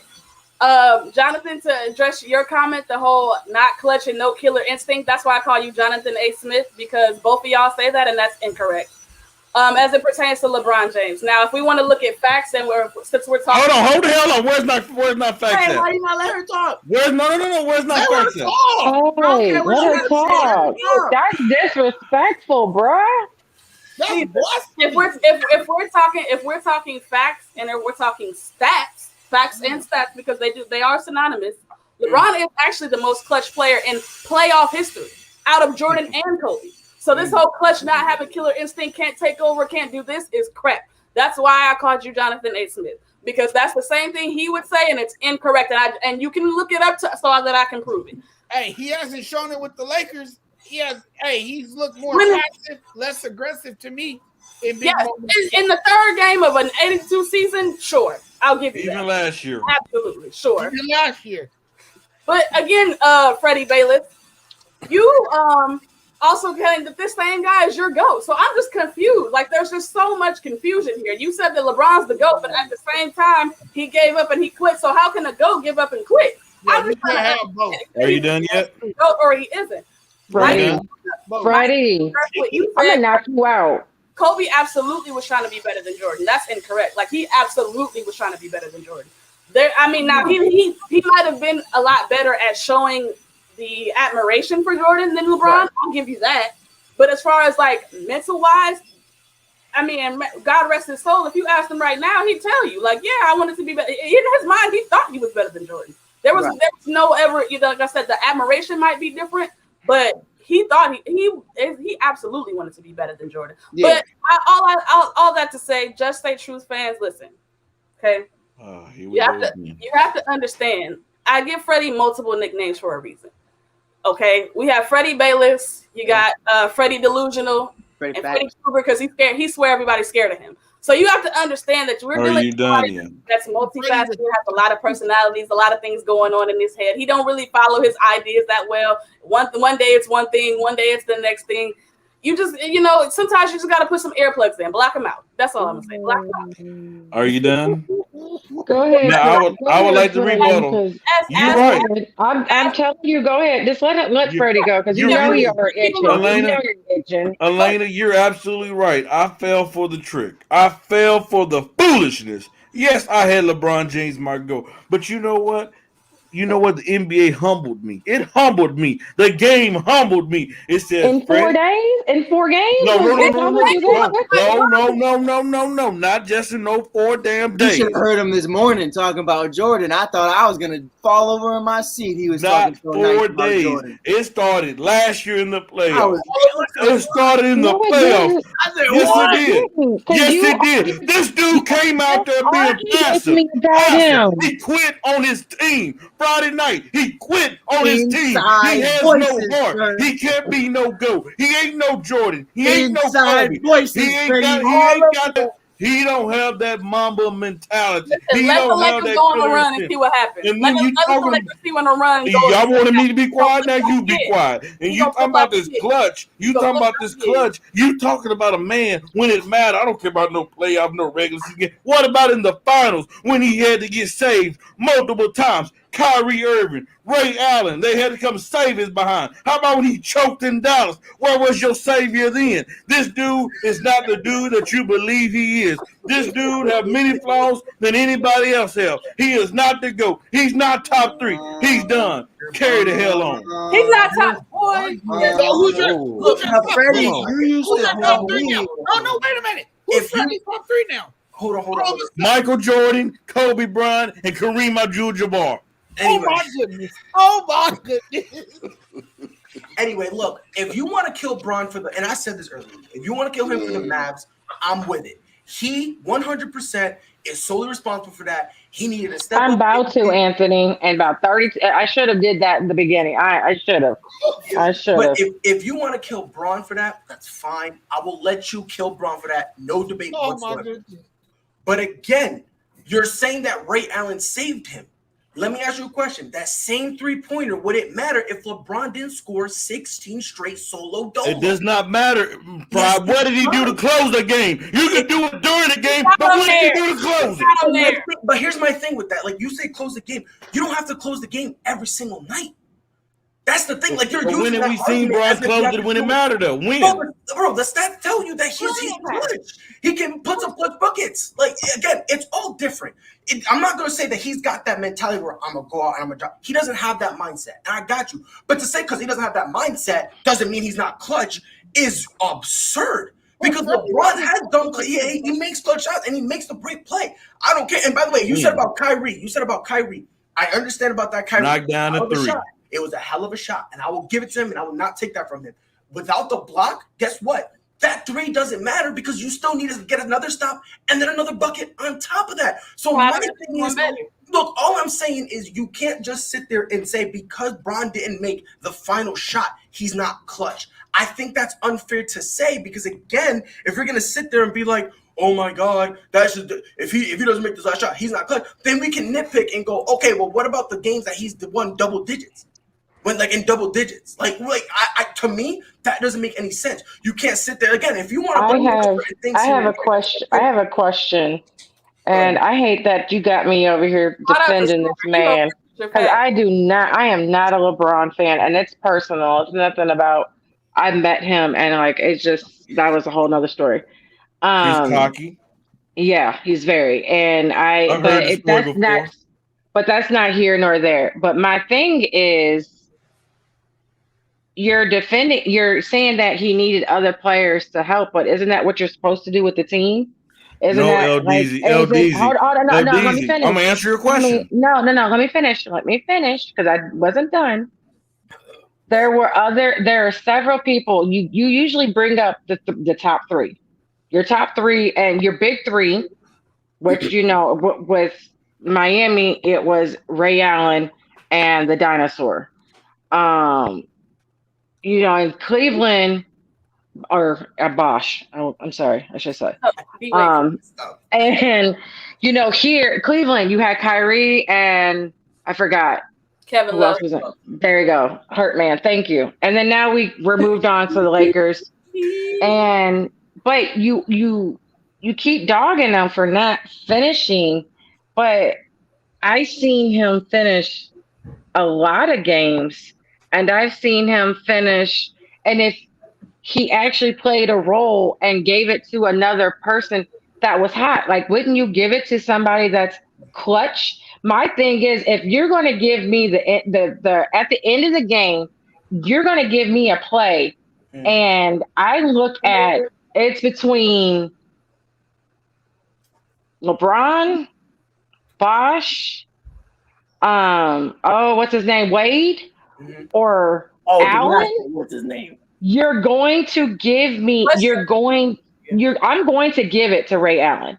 Like, I'm just saying, he's clutch at 3.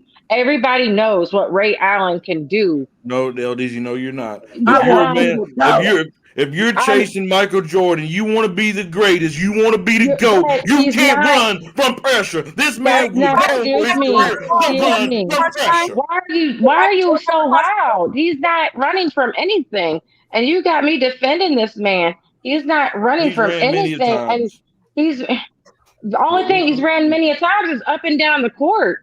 Like, seriously, like you not all the time. He'll cheat you. You're struggling right here.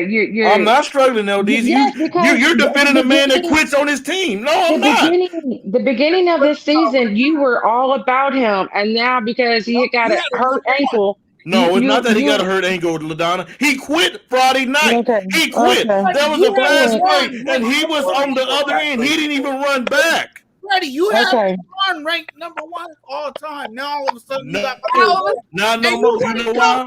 You trying to tell me that Michael Jordan wasn't the GOAT? What is wrong with you? What you smoking on? What's wrong with your voice? Jonathan, you know why? You know why? Because last year I gave him a pass. But sometimes when somebody showed you who they are, you believe them. He did the same bull crap last Friday, and he's done. I agree with you, Anthony. I think he thinks that, and that's not how it happens. But go ahead, Ben. I was going to say this, Freddie. I don't know if you a pastor on the weekends, man. You sound like you preaching the sermon like you hooping. But on the real. Hey, I've been on this. This is my first time on this show. I'm sorry. Freddie is instigator, y'all. You ain't figured it out yet? Oh, we know. We know.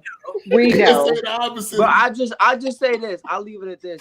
And Freddie, I'm not coming at you in a disrespectful manner. I'm not talking at you like you don't know what you're talking about. I'm not trying to say that. No, I'm not trying to come off because I know Freddie's an intelligent guy when it comes to sports. But Freddie, have you been a part of like championship type of teams, like in playoff games and stuff like that? No, but I played ball before. No, yeah, I feel you. But like let me tell you, like in an atmosphere like that, I always understood I was one of the best players in that mug. I was one of the best guys doing that shit. And I was one of the best guys doing what I was doing. But when it came down to it, I didn't care how it got done. As long as I won. It got done, yes. And as long as I won. And if my boy Robbie knocking down threes better than me, I got a bad right eye. If I'm in that right-hand corner, it's over with. I ain't hitting that shit. So I give it to Robbie on the left, and that's game. That's what I'm trying to say, though, is like it don't matter how it gets done at the end of the day. No one talks about how Jordan won those rings. They talk about the fact that Jordan had 6 finals championships. They talk about how Bill Russell has 11. Tell me one thing, Freddie. Can you tell me one thing Bill Russell ever did during those finals games? And LeBron just bricked the 3. Oh my God! Seriously? I'm gonna need for y'all to relax. But that's my point, though. My point is you can't tell me one thing Bill Russell ever did, but he has 11 rings. And AD just bricked the 2 from the baseline. Yeah, y'all some crybaby ass dudes. Y'all are sensitive. I'm saying, look, y'all are sensitive. All I'm saying is, at the end of the game, I want the ball in Bron's hands because at the end of the day, I know what's gonna happen. I know whatever he chooses to do with his IQ, it's gonna give us the best. Oh, AD just lost the ball. It's gonna be. Oh my God, Jonathan. Hey, Mike, can I ask you a question? The game to start. Mike, can I ask you a question? I'm about to put y'all through sensitivity Laker training. Like, seriously. So let me ask you a question, Mike. When you're a player, professional athletes, as great as LeBron, when your team, you can't stop the bleeding. when you pass it to multiple people and they can't stop the bleeding? Right. Who, in your opinion, needs to say, "Give me the ball and let's take over"? I look at it like this, bro, and it's my unbiased opinion, and you got to hear it, because if you don't listen to what I'm about to say, then I got no point in responding. So I just need you to listen to what I got to say from start to finish. Look at the Bulls last night and what me and you talked about. You said Zach LaVine should have closed it out. You know, there were 4 seconds left. The Bulls were down by 1. We had the ball. We had the timeout. We had to bring it up right down the middle. We were going to win that game. You have DeMar DeRozan, whose specialty is the mid-range shot against a small Knicks team. I'm looking at it from that perspective, and I'm saying as good as Zach LaVine is, I understand that DeMar DeRozan 9 times out of 10 is going to hit that shot. And yes, he missed it, but I would do it again, and I would run that same play over because that is his specialty. Answer me this, Freddie. When you have – look at it from KD's perspective. KD is one of the best scorers of all time. One of the best scorers, a 7-foot god. Don't care what it says on Wiki. He's 7 foot. You know, you look at it from that perspective, he's coming up the middle. You need a 3 to save your life. Curry's on one end, Clay's on the other, and KD's standing right there. I love KD, but you're a fool if you don't pass the ball to one of them. And that's just because of their specialty and how accurate they are. I don't care if you need to stop the bleeding, because you got 4 other brothers out there that can help you stop that bleeding too, and that's why they're out there. This isn't the LeBron James versus another star show. This is the NBA, and there's 10-plus brothers on that team that can just hoop just as well as the others can, and that's what Bron's done so well. Bron's brought in guys, you know, the exception of Kevin Love for not being what he was in Minnesota. If he was, I don't think he leaves Cleveland, and that's just me being real. But I look at it from that perspective, Freddie, and you have to think, if this puts us in the best situation to win, why am I being selfish and taking a shot that I know isn't my specialty of a shot? I understand you, Mike, what you're saying, but what I'm saying is, because I don't think you heard the question. He does that, but he sees his teammates not knocking down shots. They're not contributing, but the scores keep getting worse and worse. When do you expect, okay, LeBron, you get the ball, drive it down the lane, and make something happen? Right. That's what I'm saying. He needs to be better at that. But again, the players that are on his team are just like DeMar DeRozan. 9 times out of 10 or 9 nights out of 10, they're going to make those shots. You saw last night, Lonzo Ball missed 3 Stop it, Freddie. All he needed was 1 3 to get hot the rest of the night. And Bron's just giving them that opportunity to get hot. I hate Freddie so much. That's what I'm saying, Mike. That's my problem. When we saved him in the playoffs last year, LeBron, he kept asking the KCP, Kuzma, but he saw they was not stopping the bleeding. Right. And instead of him saying, okay, give me the ball, move out the way, and let me make something happen, he didn't do that. But what do we hate Kobe for? What do we say that Kobe's biggest flaw was? Not passing the ball. And that's what Bron's trying to do. Bron does take over. Bron's still averaging fucking 30. Like, it's not like he's not doing anything. You got Mike saying the F word. He's averaging 25, not 30. In the playoffs, buckets. Oh, in the playoffs? Well, I haven't seen that in a while, but yeah. I just feel like that last year's playoff isn't a good indication for your argument. How come it's not? No, but now what I'm saying is if there was any, like, if you said 2011 against the Mavericks, then I would be like, got me there. But that last year, hold on, Pride. But last year's playoffs, I don't think is a good indication for your point. I think that there are times that LeBron could be more aggressive. Yes. Right. As a LeBron advocate, I would absolutely. You are absolutely correct on that. But to say in totality, when you look at his entire career, that he hasn't been that guy, or he hasn't made those shots, or he hasn't had the ball in his hands, or like that's blasphemous. That's where you lose me, because it's like, well, if you're the GOAT and you're the guy, you're supposed to have the ball in your hands. Michael Jordan passed to a guy named John Paxson. That happened.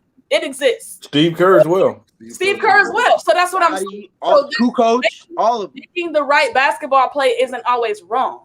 And that's what I think we've gotten spoiled as basketball fans, that we think that if you're not the guy taking the shot, you didn't make an impact on the closing of the game. That's not true. If you look at the whole fourth quarter in its totality, you would see that. Just like you said, Ray Allen had a great shot, but what led him there was LeBron. Kyrie Irving had a great shot. What led to that shot was the fact that Kyrie had an ill-advised layup, LeBron got the block, and then set up the shot. That's what and Kyrie scored 40 as well. So let's move that out there as well. He did. I'm not taking that away from him at all. He absolutely did. But we're not going to sit up here and act like LeBron James wasn't the person driving that car. But we have not seen a moment in the finals where it was time for a game-winning shot. LeBron said, "Get out the way and give me the ball, and let's win the game." First San Antonio 2013. I can't hear Mike Laney. I can't hear over. I'm trying to tell you this. Why did D-Book lose those finals? Because the entire playoffs, because he didn't get help. D-Book. Milwaukee was playing team ball. This is my only thing. This dude will never be Kobe. He'll never be Jordan. And that's your opinion. You're right. He will never be them because he's better than him. Look, no, he's not better than him. How do you think people? I have a question though. Why do people always think that somebody always wants to be LeBron? Why do people always think they want to be LeBron or Michael Jordan? Why can't they be somebody else? LeBron came out and said he wanted to be Jordan. No, he said he wanted to be himself. No, he said he wanted to be himself. He said he wanted to be at a young age. He said he wanted to be Jordan. Okay, when you're young, seriously, if you say young, he's the one that said he's the chosen one, and all this crap. Freddie, turn around and go in the corner and think about what you just said. You just said he was young. Age don't mean nothing. But when he came to the league, he didn't say he wanted to be Jordan. He didn't say he wanted to be Kobe. I've never heard this man say that. I'll send you the clip. Go ahead, send it. He had nothing but go ahead and send it. Please send it to me. I'm not sending right now. I'm watching my game on my phone, but I will. So that doesn't exist. Nice excuse. Yeah, exactly. Okay, go ahead. Go ahead, Pride. My bad. I just think it's unfair to go, oh, well, how many times has LeBron James hit a game-winning shot in the finals? That's unfair to say because let's put this in context. Do you know how rare it is to be in a position? Look, bro, the game's all behind you. Turn around. The game's all behind you. Turn around. My thing is for you to sit there and say because he didn't hit a clutch shot in the finals. That's not true, though. That's the thing. That's not even true. No, I'm going to be nice, Elena, and say, let's pretend it's true. Let's go with the Freddie facts, right? Let's pretend it's true. My thing is, let's say he never did. Why is that the bar to be like, oh, if you never hit a game-winning shot in the finals, you're not clutch? As long as you won the game, who cares?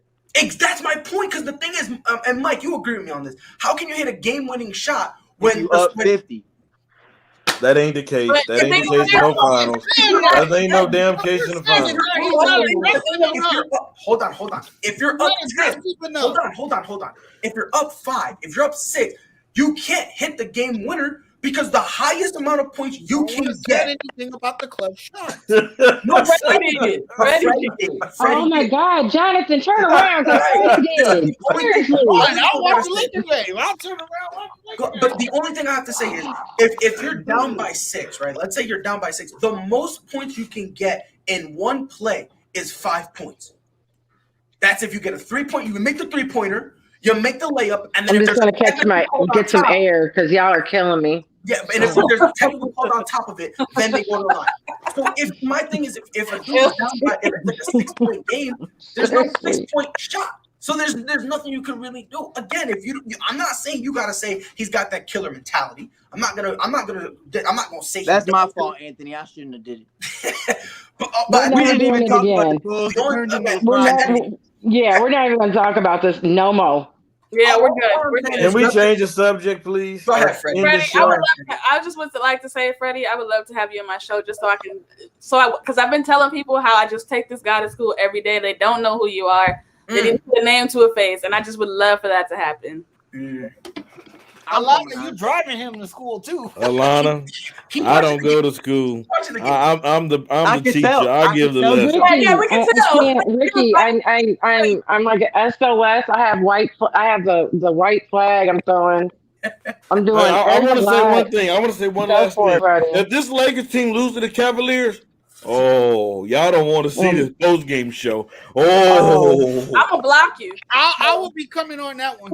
Yeah, if we lose tonight, I'm roasting. Y'all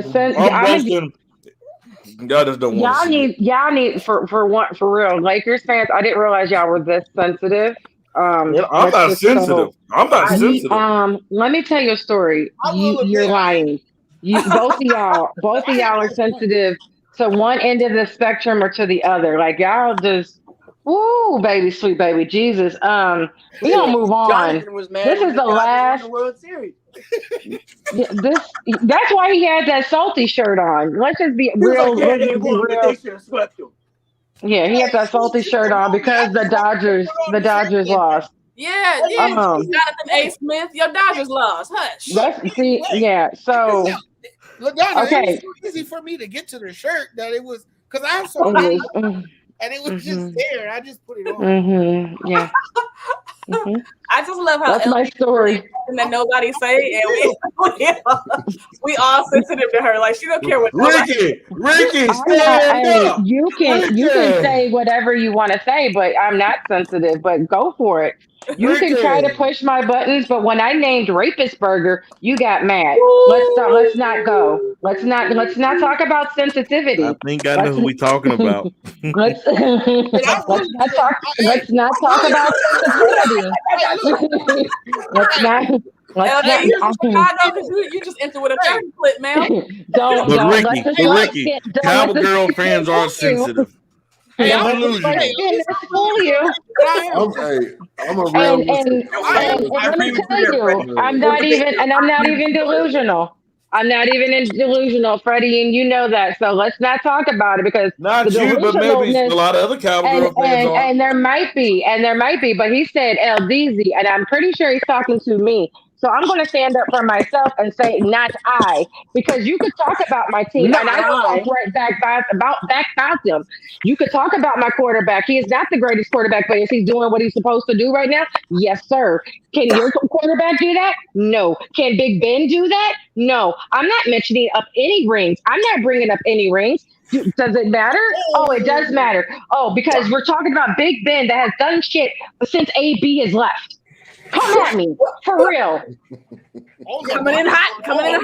If you want to talk about it, like I hate when people say, "Well, my team is this." I don't bring up our 25-year-old rings.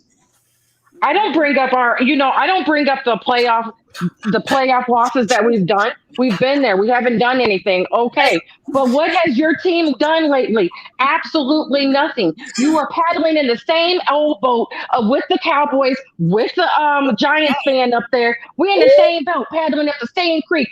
How did I get in this? We ain't done a damn thing. We ain't done shit. So tell your team has done something, been relevant. Come at me. Thank you very much. Have a nice day. I wonder if Ricky got a response to that. I wonder if Ricky. But it's I'm not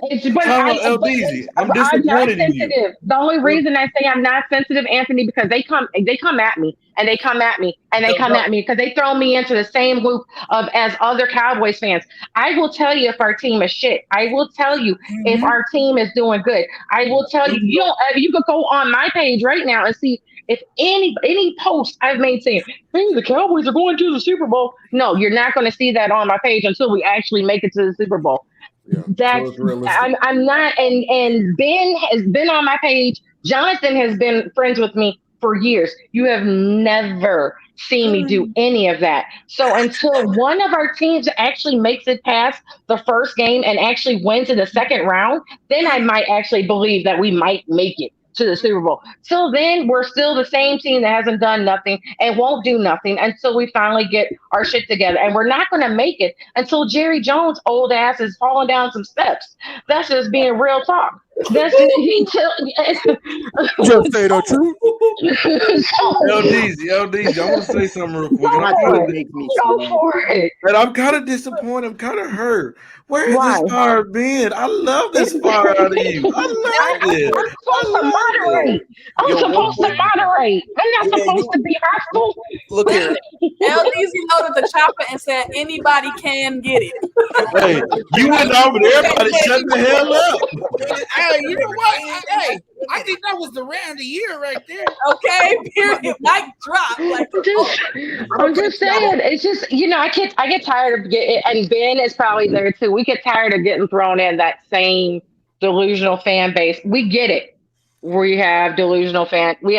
This is why I'm not in all Cowboys groups. I'm in like one, and I think I have it on mute. I can't do it. I can't do the delusional because like I'm not a Romo fan. I've never been a Romo fan.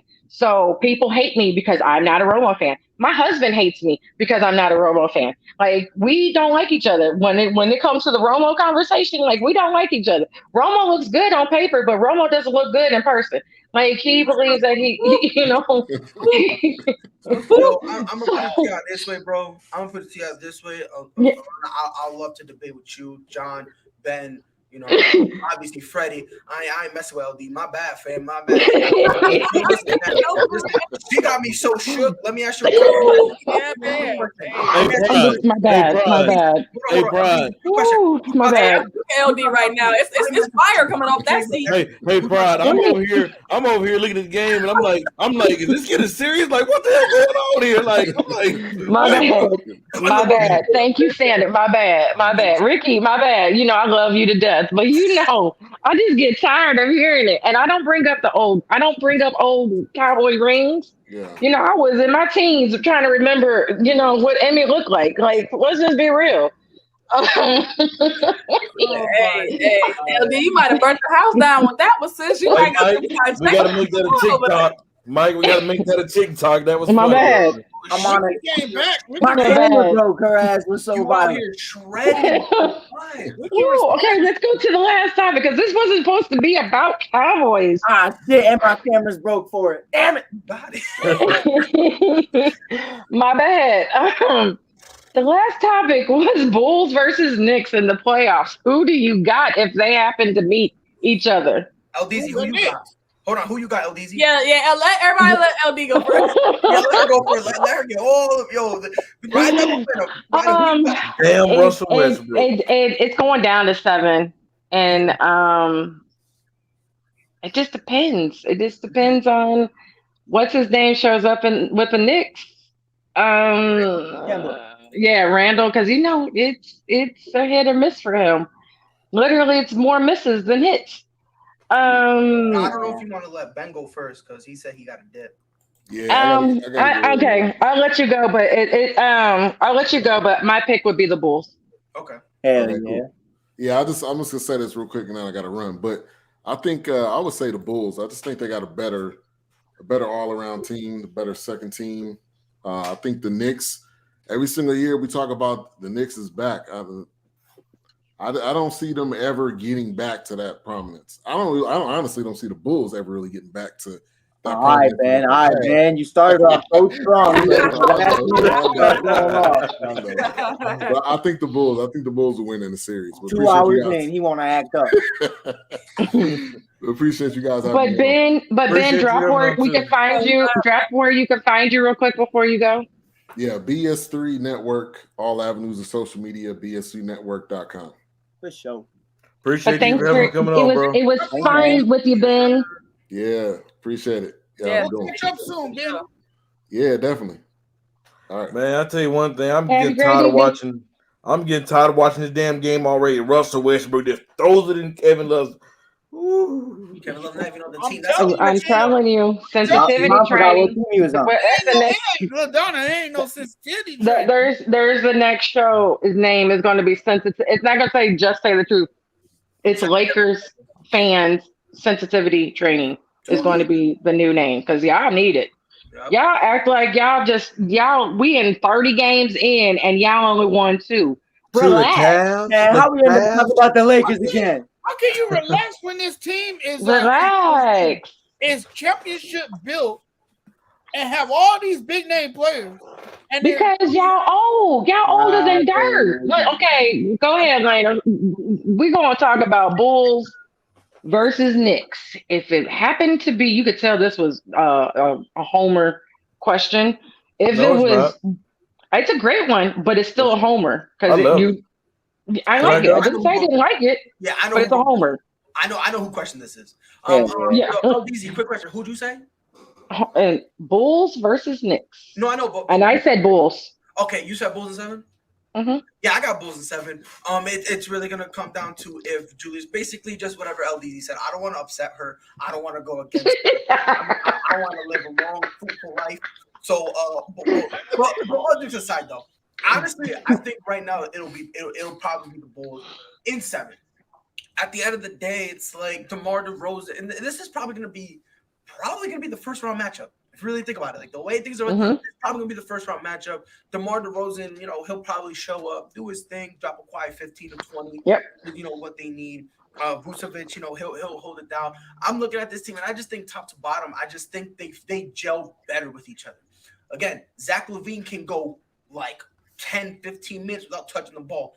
Then all of a sudden, just on a flip of a dime, just start dropping buckets. And again, I'm not a Zach LaVine fan. I'm not. So let me just preface this by saying that. But the fact that this kid can just go with no shots whatsoever, and then they look at him and they call on his number, and he goes, "I got it," and not only shoot but actually make them. That's something that's special. Like this Bulls team, they can run plays, and if the plays can't run, they got somebody they got 2 guys who can basically just make look here, Anthony. I'm gonna tell you this right now, bro. If you felt the air, how heavy that was, bro. Look, man. You said, but look at. I mean, look, it's stupid ass Westbrook, man. I'm tired of that bull. Freddie, then go sleep, man. You're tired. Ricky said yes. Oh my God, you throw the freaking ball away, really? But at the end of the day, I got Bulls in 7. I just think this team can run offense, like they can run plays better. And then if the offense gets clogged up, you got 2 guys. One is Zach LaVine, who can score, 3 mid-range and paint. And you got DeMar DeRozan, who has one of the best mid-range shots in the entire NBA. So I'm gonna go Bulls, but it's gonna go 7. So if you think Knicks in 7, I don't think you're crazy and go either way. But just so LDZ don't kill me, I'm gonna go Bulls in 7.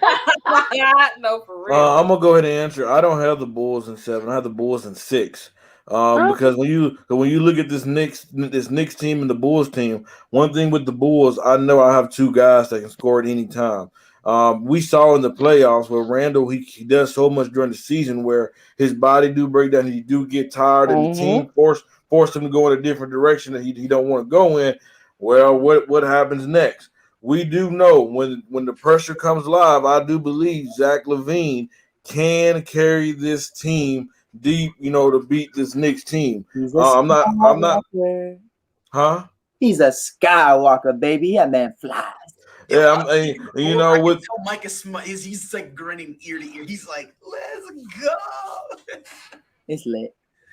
I don't know, Ricky. I don't know why we let Caruso go, but I'm telling you, I'm getting real mad watching this Laker team right now. We throwing the ball away. Russell Westbrook shooting the ball over 3 guys. Very sloppy. Yeah, we're done. We're done. I'm sorry. It's How you gonna be done within 4 games? Like, bro, I can't. I'm gonna tell you what. Are you saying we're done tonight or the season? We're done. I'm not, Jonathan. I'm not sure this big 3 is gonna work. I'm not gonna lie to you. I hope it do. I pray that it do, but I don't think it's gonna work, man.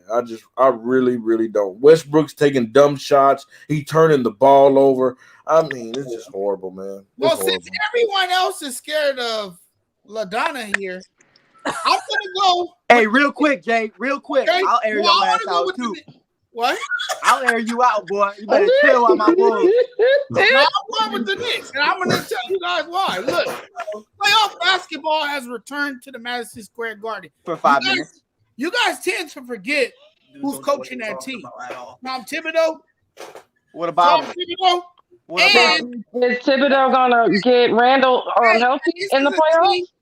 This is a team that had the 4th-ranked defense and the most improved player in Julius Randle. Okay, but Randall didn't do nothing in the playoffs. Listen, and guess what? RJ Barrett has become a much improved shooter, and he can't hit a free throw in his life. Russell, and let me say one other thing. Julius Randle won't have to carry a heavy load because now the Knicks added reinforcements. They added Kemba Walker. And, of course, I'm going to go with another guy that they added, Evan Fournier, the guy that destroyed the team USA in the Olympics. But hold on now. How old is Evan? And I just feel like I just feel like, listen. I just feel like the Knicks are more experienced than the Bulls. Look, the Bulls. And that could possibly happen, but how old is Evan? Like, we over here bringing up Evan. He old. I think does he still? Is he like the 8th man, 9th man? Like, how is he? Is he out there with a walker? He can help in offense. Okay, he can help in offense. He's older. He was knocking him down last night. He was knocking him down. And 10 points, but it was decent shots. Mina coño. It helps. It helps. So I'm gonna go with the Knicks, man. Knicks at what? Where are you laughing at, Pride? I'll say the Knicks in 6. I think the Bulls will make it. Wow. No, it's just because I might. I like the Bulls. I told you guys that the other day. I love the Bulls. It's all good, big dog. It's cool. I mean, look, I'm just favoring the Knicks. Like I said, everybody makes a decision in life, dog. Just because you choose to drown, it's cool. Well, this is what trust me, I can swim. Okay. Not with them. They ain't swimming, dog. Because this matchup really is gonna come down to each game, 3 or 4 plays that really gonna determine the outcome of the game. Because I have this as like they're gonna meet in the first round more than likely, depending on how things go. Yeah, you know what I mean. And I think they might. Yeah, each game, if they end up meeting in the first round, I think each game really is gonna come down to a loose ball that the Bulls happen to get to first, or like that one play where defensively the Knicks held it down, or something. Anthony, we're talking between. This is not about the Lakers. This is actually between if the Bulls or Knicks. No, he commented that because Freddie went on. Yeah. Oh, I know. Freddie and Freddie. Don't listen to Freddie or Jonathan because you already know we're down by 8 right now. Sensitivity. Y'all need to listen to Ralph Transmit, like for real. I think we all can agree on one thing though, with this Knicks and Bulls series, that it will be a thrilling series. Yeah. Oh yeah, every game will be a thriller, 100%. Every game, there's no hitter because they just dropped it. Yeah, regardless if it's 4 or 7, it's gonna be there. Gonna be some good games. You know what I mean? They're gonna be some good games. But like I said, I think it's gonna come down to a couple plays here and there, and it's all really gonna come down to those plays and who gets. Because again, like not to poo-poo on this. Don't get it twisted, Mike. I don't want you to think I'm poo-pooing on this Bulls team, but the Knicks have made some improvements to where it's not just Julius Randle or it's Kemba. That's Kemba Walker again. Kemba Walker. Yeah, but Kemba's no Lonzo. Kemba, but they don't got no Zach LaVine, and DeRozan is like no. Which is why I picked the Bulls. Now Patrick Williams is a big loss for the Bulls. I will say that. I think the question is this: can Kemba stay healthy? That is a huge question. I look at it like this. Right there. I look at it like this, regardless of how it goes down. First, I want to make sure the bus driver's okay because I haven't seen her look up in like 30 minutes. But I want to make sure she's good. She still ain't looking up. Yo, Sensei. Yo. Works every time. There she is. But I just want to make sure, just making sure we wasn't lacking. But not at all. I'm looking at it like this. First of all, this is my childhood and my young adulthood fighting each other right now. Like Tibbs, D Rose, and Taj Gibson all on that Knicks squad. Watching that last night, being at that game, being in that atmosphere on Joakim Noah night, all the Bulls legends from years past were all there. It was an awesome experience. D Rose and sold, but that's okay. I still trust him. Mid-range god. But I'm looking at it like this. Tibbs, throughout his entire career, is one of the greatest coaches I've watched, at least physically seen. But the problem is he don't know how to finish games. And they had the bag on the Bulls last night. They had the Bulls up. They had the Knicks up 15, and the Bulls came back to fight and made it a 1-point game. And the Bulls almost won that game. And honestly, they should have won that game. But that's my problem with Tibbs, and that was my problem throughout all those LeBron years. Is you had this lead and I understand it's LeBron James, but you let that happen. You let LeBron get back into it. Tibbs doesn't know how to. He's a great defensive coach, but he doesn't know how to close games. That's his problem. It's funny that we actually talk about that because we've been talking about LeBron hitting clutch shots. If you want to talk about somebody that can't finish, it's Tibbs. And, having D Rose in at the last minute, even though you're up 15, which costed him his ACL, if you got Kemba Walker now, dog, you better learn how to manage that or Kemba's not even going to be in the conversation come New Year's. So you need to take into and I understand the Bulls aren't as big as them. You know, we really just have Vooch and we lost Patrick Williams for the rest of the season. But let's be real, Patrick Williams isn't the biggest factor of that offense whatsoever. Great defensive presence. And I'm praying for his recovery. He dislocated his wrist. He needs surgery. He's out the rest of the season, going in the year 2. Really unfortunate. But I truly do believe, you know, there's guys out there like Marvin Bagley and other guys you can go after to make up for that. But they don't really need him at all. You know, you have Caruso, you have Lonzo playing great D. Levine plays D. You know, Vucevic. You have 4 All-Stars in that starting lineup. Green can do his thing. You know, I wouldn't be mad if we signed Jello, to be honest, to replace Pat. But is what it is.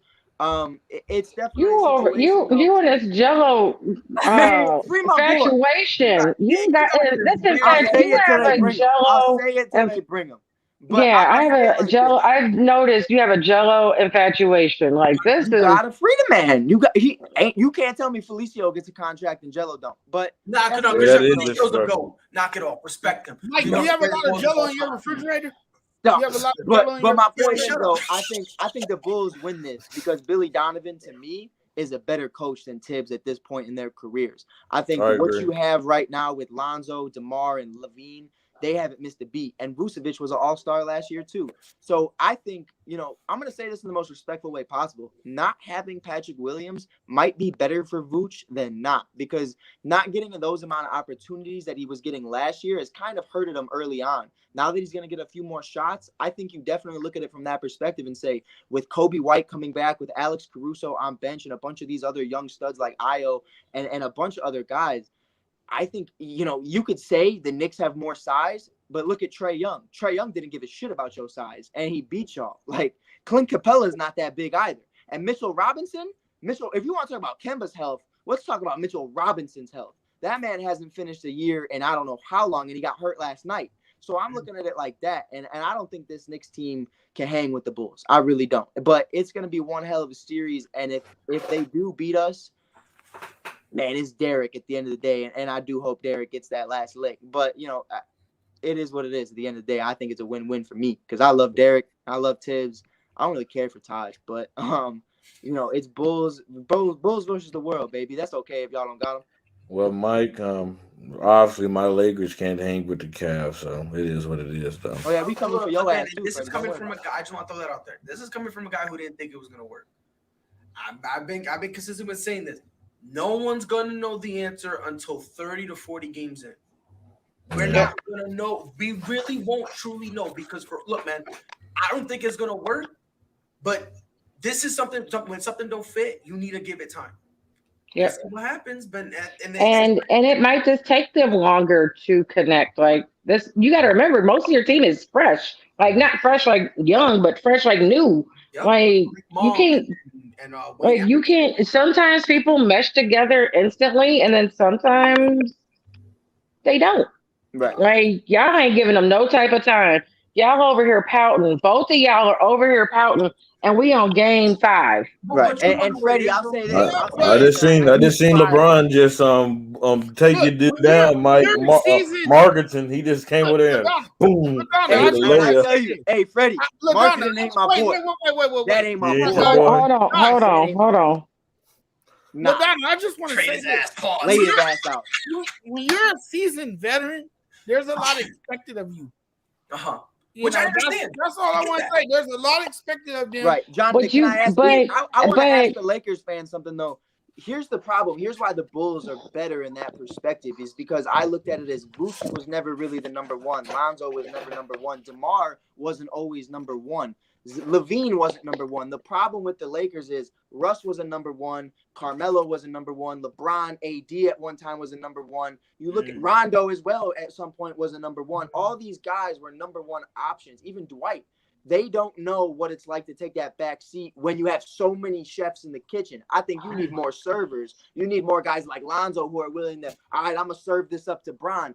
They need these next few games and these next few weeks to be able to figure that out. And if they can't, and you just have a bunch of number ones, it's crazy to say it, but number ones can't always get you to do it. You need your 2s and 3s. 100%. And then that's the thing, because the thing is like there's Ricky made a good point. Yeah, chemistry. Yeah, 100%. That's what I'm saying. Give it 30 to 40. You got to give it some time, like, to figure out if this really could work. Because, like I said, it's not working now, but maybe it could potentially, like, later down the road. We don't really know. I don't think it will. But here's the problem why people are upset that it's not working now. And those people fall into two categories. One, Lakers fans.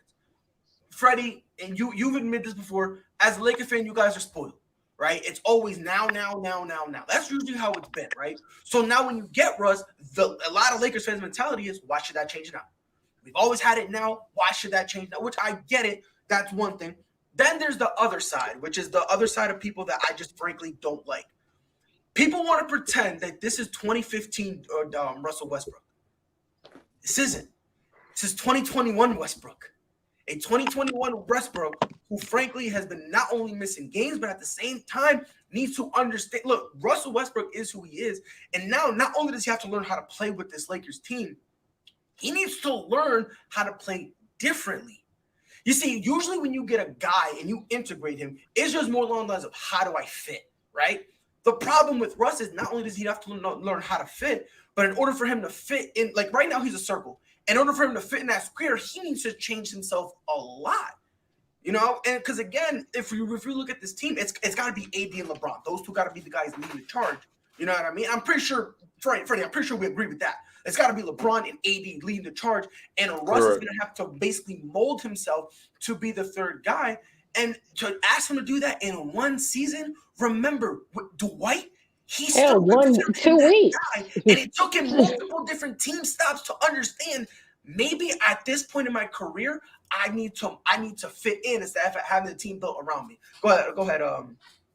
No, but I'm saying, like what you're saying, it's been 2 weeks. Like you're expecting this man to do that in 2 weeks. Right. Which again, this is a brand new situation to him. You know what I mean? Like this is something where like this isn't in the case where the Brooklyn Nets. Kevin Durant, we've seen him multiple times. I can play off ball. That doesn't matter to me, right? James Harden can facilitate, and then if you have Kyrie Irving, you can just give him the ball for a few stretches so he can just go and score. So that big three kind of gelled together a little better. Kind of the same thing with the Bulls. Each guy kind of does something a little different. So that way, did that big three really gel together when they didn't play that much together? Because one of them was always hurt.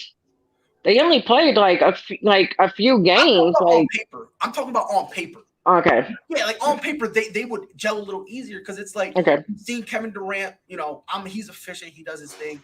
Brooke needs an attitude adjustment or this thing won't work. Okay, well, not only an attitude adjustment, but he needs a game adjustment. Because again, like I've seen a lot of people say, let Russ be Russ. And it's like, I understand you want to let Russ be Russ, and I get that. But in order for him to be Russ, that means Bron and AD are going to sacrifice a lot of opportunities. And the only way the Lakers team really is going to win is if you go through Bron and AD. So, again, it's a question. But, Freddie, don't give up. Don't give up, especially a Lakers fan. Don't give up. I mean, John probably already gave up. I think he has. I don't even think he's turning around anymore. Yeah, I think he mentally checked out. I think he quit. But let's check this in like December, like around Christmas. Yeah, let's check around Christmas. Like you come back on around Christmas time. We rehash that because y'all are like, I get it that you're sensitive and you're spoiled. And it's because it's their team too. You're spoiled, but it's like me with my St. Louis Cardinals. We're always. I'll be honest. I'm a spoiled brat all the way around. You're spoiled. You're spoiled. Hey, look, you're I'm spoiled about my Lakers. I'm spoiled as a child. I'm just. It's not. I get it. I'm a spoiled child too. I'm the only child. Okay, I'm the oldest granddaughter. I get it, but when I mean spoiled, like your baseball team has just won. Now they're not out, but they just won. They've been winning. Your basketball team, the same situation. You've been winning. You're winning. You have winning dynasties in both, and you're not used to seeing losing. You're not used to seeing your players not do what you two especially expect them to do. You expect them to come out firing when you say so, and that's how most. Don't get me wrong. That's how most fans are. So I'm not going to knock you and say that you're wrong for thinking that, because that's what we're supposed to do. As a fan, you want the best, because you're not going to go out there and say, you know what? I think Westbrook is going to suck today, and I'm all for it. You're not going to say that. You're going to think realistically, like, we might not beat this team, like, Jonathan came out and said, but we just started. Y'all are still trying to gel.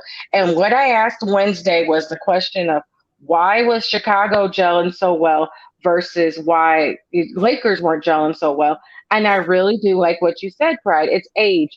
It's how long you've been in the league. Once you're so used to being basically in Westbrook's, it was only one other man. Like, there wasn't two other players. There wasn't three other players. It was just him. I think it was like one other person. Him and Beal. One year they had Melo and Paul George. Then they traded Melo, and then it was him and Paul George. And then when he went to Washington, it was him and Beal. That was it. So this is going to take time. And like I said, I agree with you on the attitude adjustment. It's not so much adjustment. It's just that he has to realize you came to the Lakers, not just to be an actor, but you came to the Lakers for a ring. You came to and you have to figure out, they have to figure out as a whole, like, something is blocking them mentally.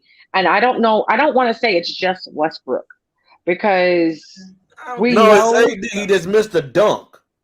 Oh, there's I'm saying there's a mental thing that is going on, and I feel like they need to go like that trust training. Like you fall, like that fall on the back, that trust fall. But you need something like that, like a brotherhood. Go in the cabin, vent some shit out, because I still think there's hostility in some kind of way with Dwight. I think, because I think he might have said something. And I don't think it was like your mama joke, like I joked around and said, but it was something probably about how AD was playing or lack of playing. I think others, and Dwight will say whatever is on his chest. Like, he's gonna say it. Right. And that's what we have. We have a group of men. Jonathan, you asleep? We have a group of men on the Lakers that don't shy away. That don't shy away from saying whatever is on their mind. And that's what I think would clash more than anything, because even though you're trying to do constructive criticism, it's your delivery. And sometimes they delivery, I'm going to say, especially Dwight's and Westbrook's, it's not the greatest. And just last thing on it before we go. Yeah, because you said it's like it is a mental thing. But the mental thing is Russ mentally having to be conscious 24/7 that I have a role. And again, that's never been. So in terms of that, I think that's kind of what it is, where, like, instead of being able to play naturally, he's got to play artificially. He's got to have it in the back of his mind always, every single time. I'm not the guy, I gotta fit in. I'm not the guy, I gotta fit in. I'm not the guy, I gotta fit in. And after a while, it might end up slipping his mind, and he's gonna go on his whole Russell Westbrook tears where he ends up going, and you know what I mean. But maybe all he really needs to do is have Russ play like 4 or 5 games where he's only dropping 12 to 15 points with like maybe 6 rebounds, 6 assists, and them go on a streak while he's doing that. Maybe that's what he needs, because if he does that, because the thing is, if the way Russ is probably looking at it, if I'm putting up those stats and we're losing, that's a problem. Now for winning, now you can make the argument I'm doing what's best for the team. So maybe that's what it is. But again, Freddie, Jonathan, breathe, woosah, relax. Like the old adage said.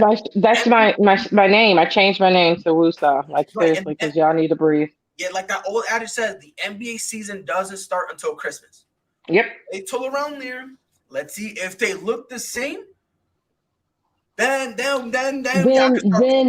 you already know. Then there's going to be people gone. There's going to be people traded or cut or whatever. But that's the thing. I don't think anyone's really going to want Russ at this point. Yeah, but it might not even be Russ. You know what I'm saying? They might let go of Dwight. They might let go.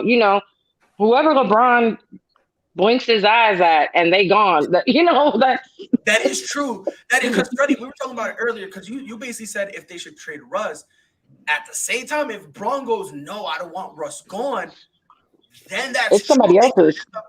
They could trade the bench to try to bring in other people to try to put the blame on them. That's why I completely forgot about that. It's the money part. It's not going to add up. Everybody's basically getting paid about millions. So I mean, it's going to be hard on that part. It has to be one of the big three, or THT, which I don't think they're going to really trade because that is really their only young piece other than Reeves that they got. Look like Reeves turned out to be a gym, a gym for them as well. Yes, but GM that is all for this evening. We went on a long tear. We definitely went to the left and right and back to the narrow path, and then left, right, back to the narrow path again. Thank you all for, talking to us, and Pride, thank you for joining us on this great Friday evening. Thank you, Mike and Lana, for joining. Thank you, Ben, for coming from BS3. Check us out. We have shows tomorrow morning. You want to thank me? Dude, you're always thanked. Like, this is your stuff. Thank you, Freddie, for coming on. That when I didn't think you were even going to be on. That was, thank you for coming on and being yourself. But thank you all for commenting. Next Wednesday. Tell them about next Wednesday. A big hug, Freddie. A big group hug. Next Wednesday, we'll be back on.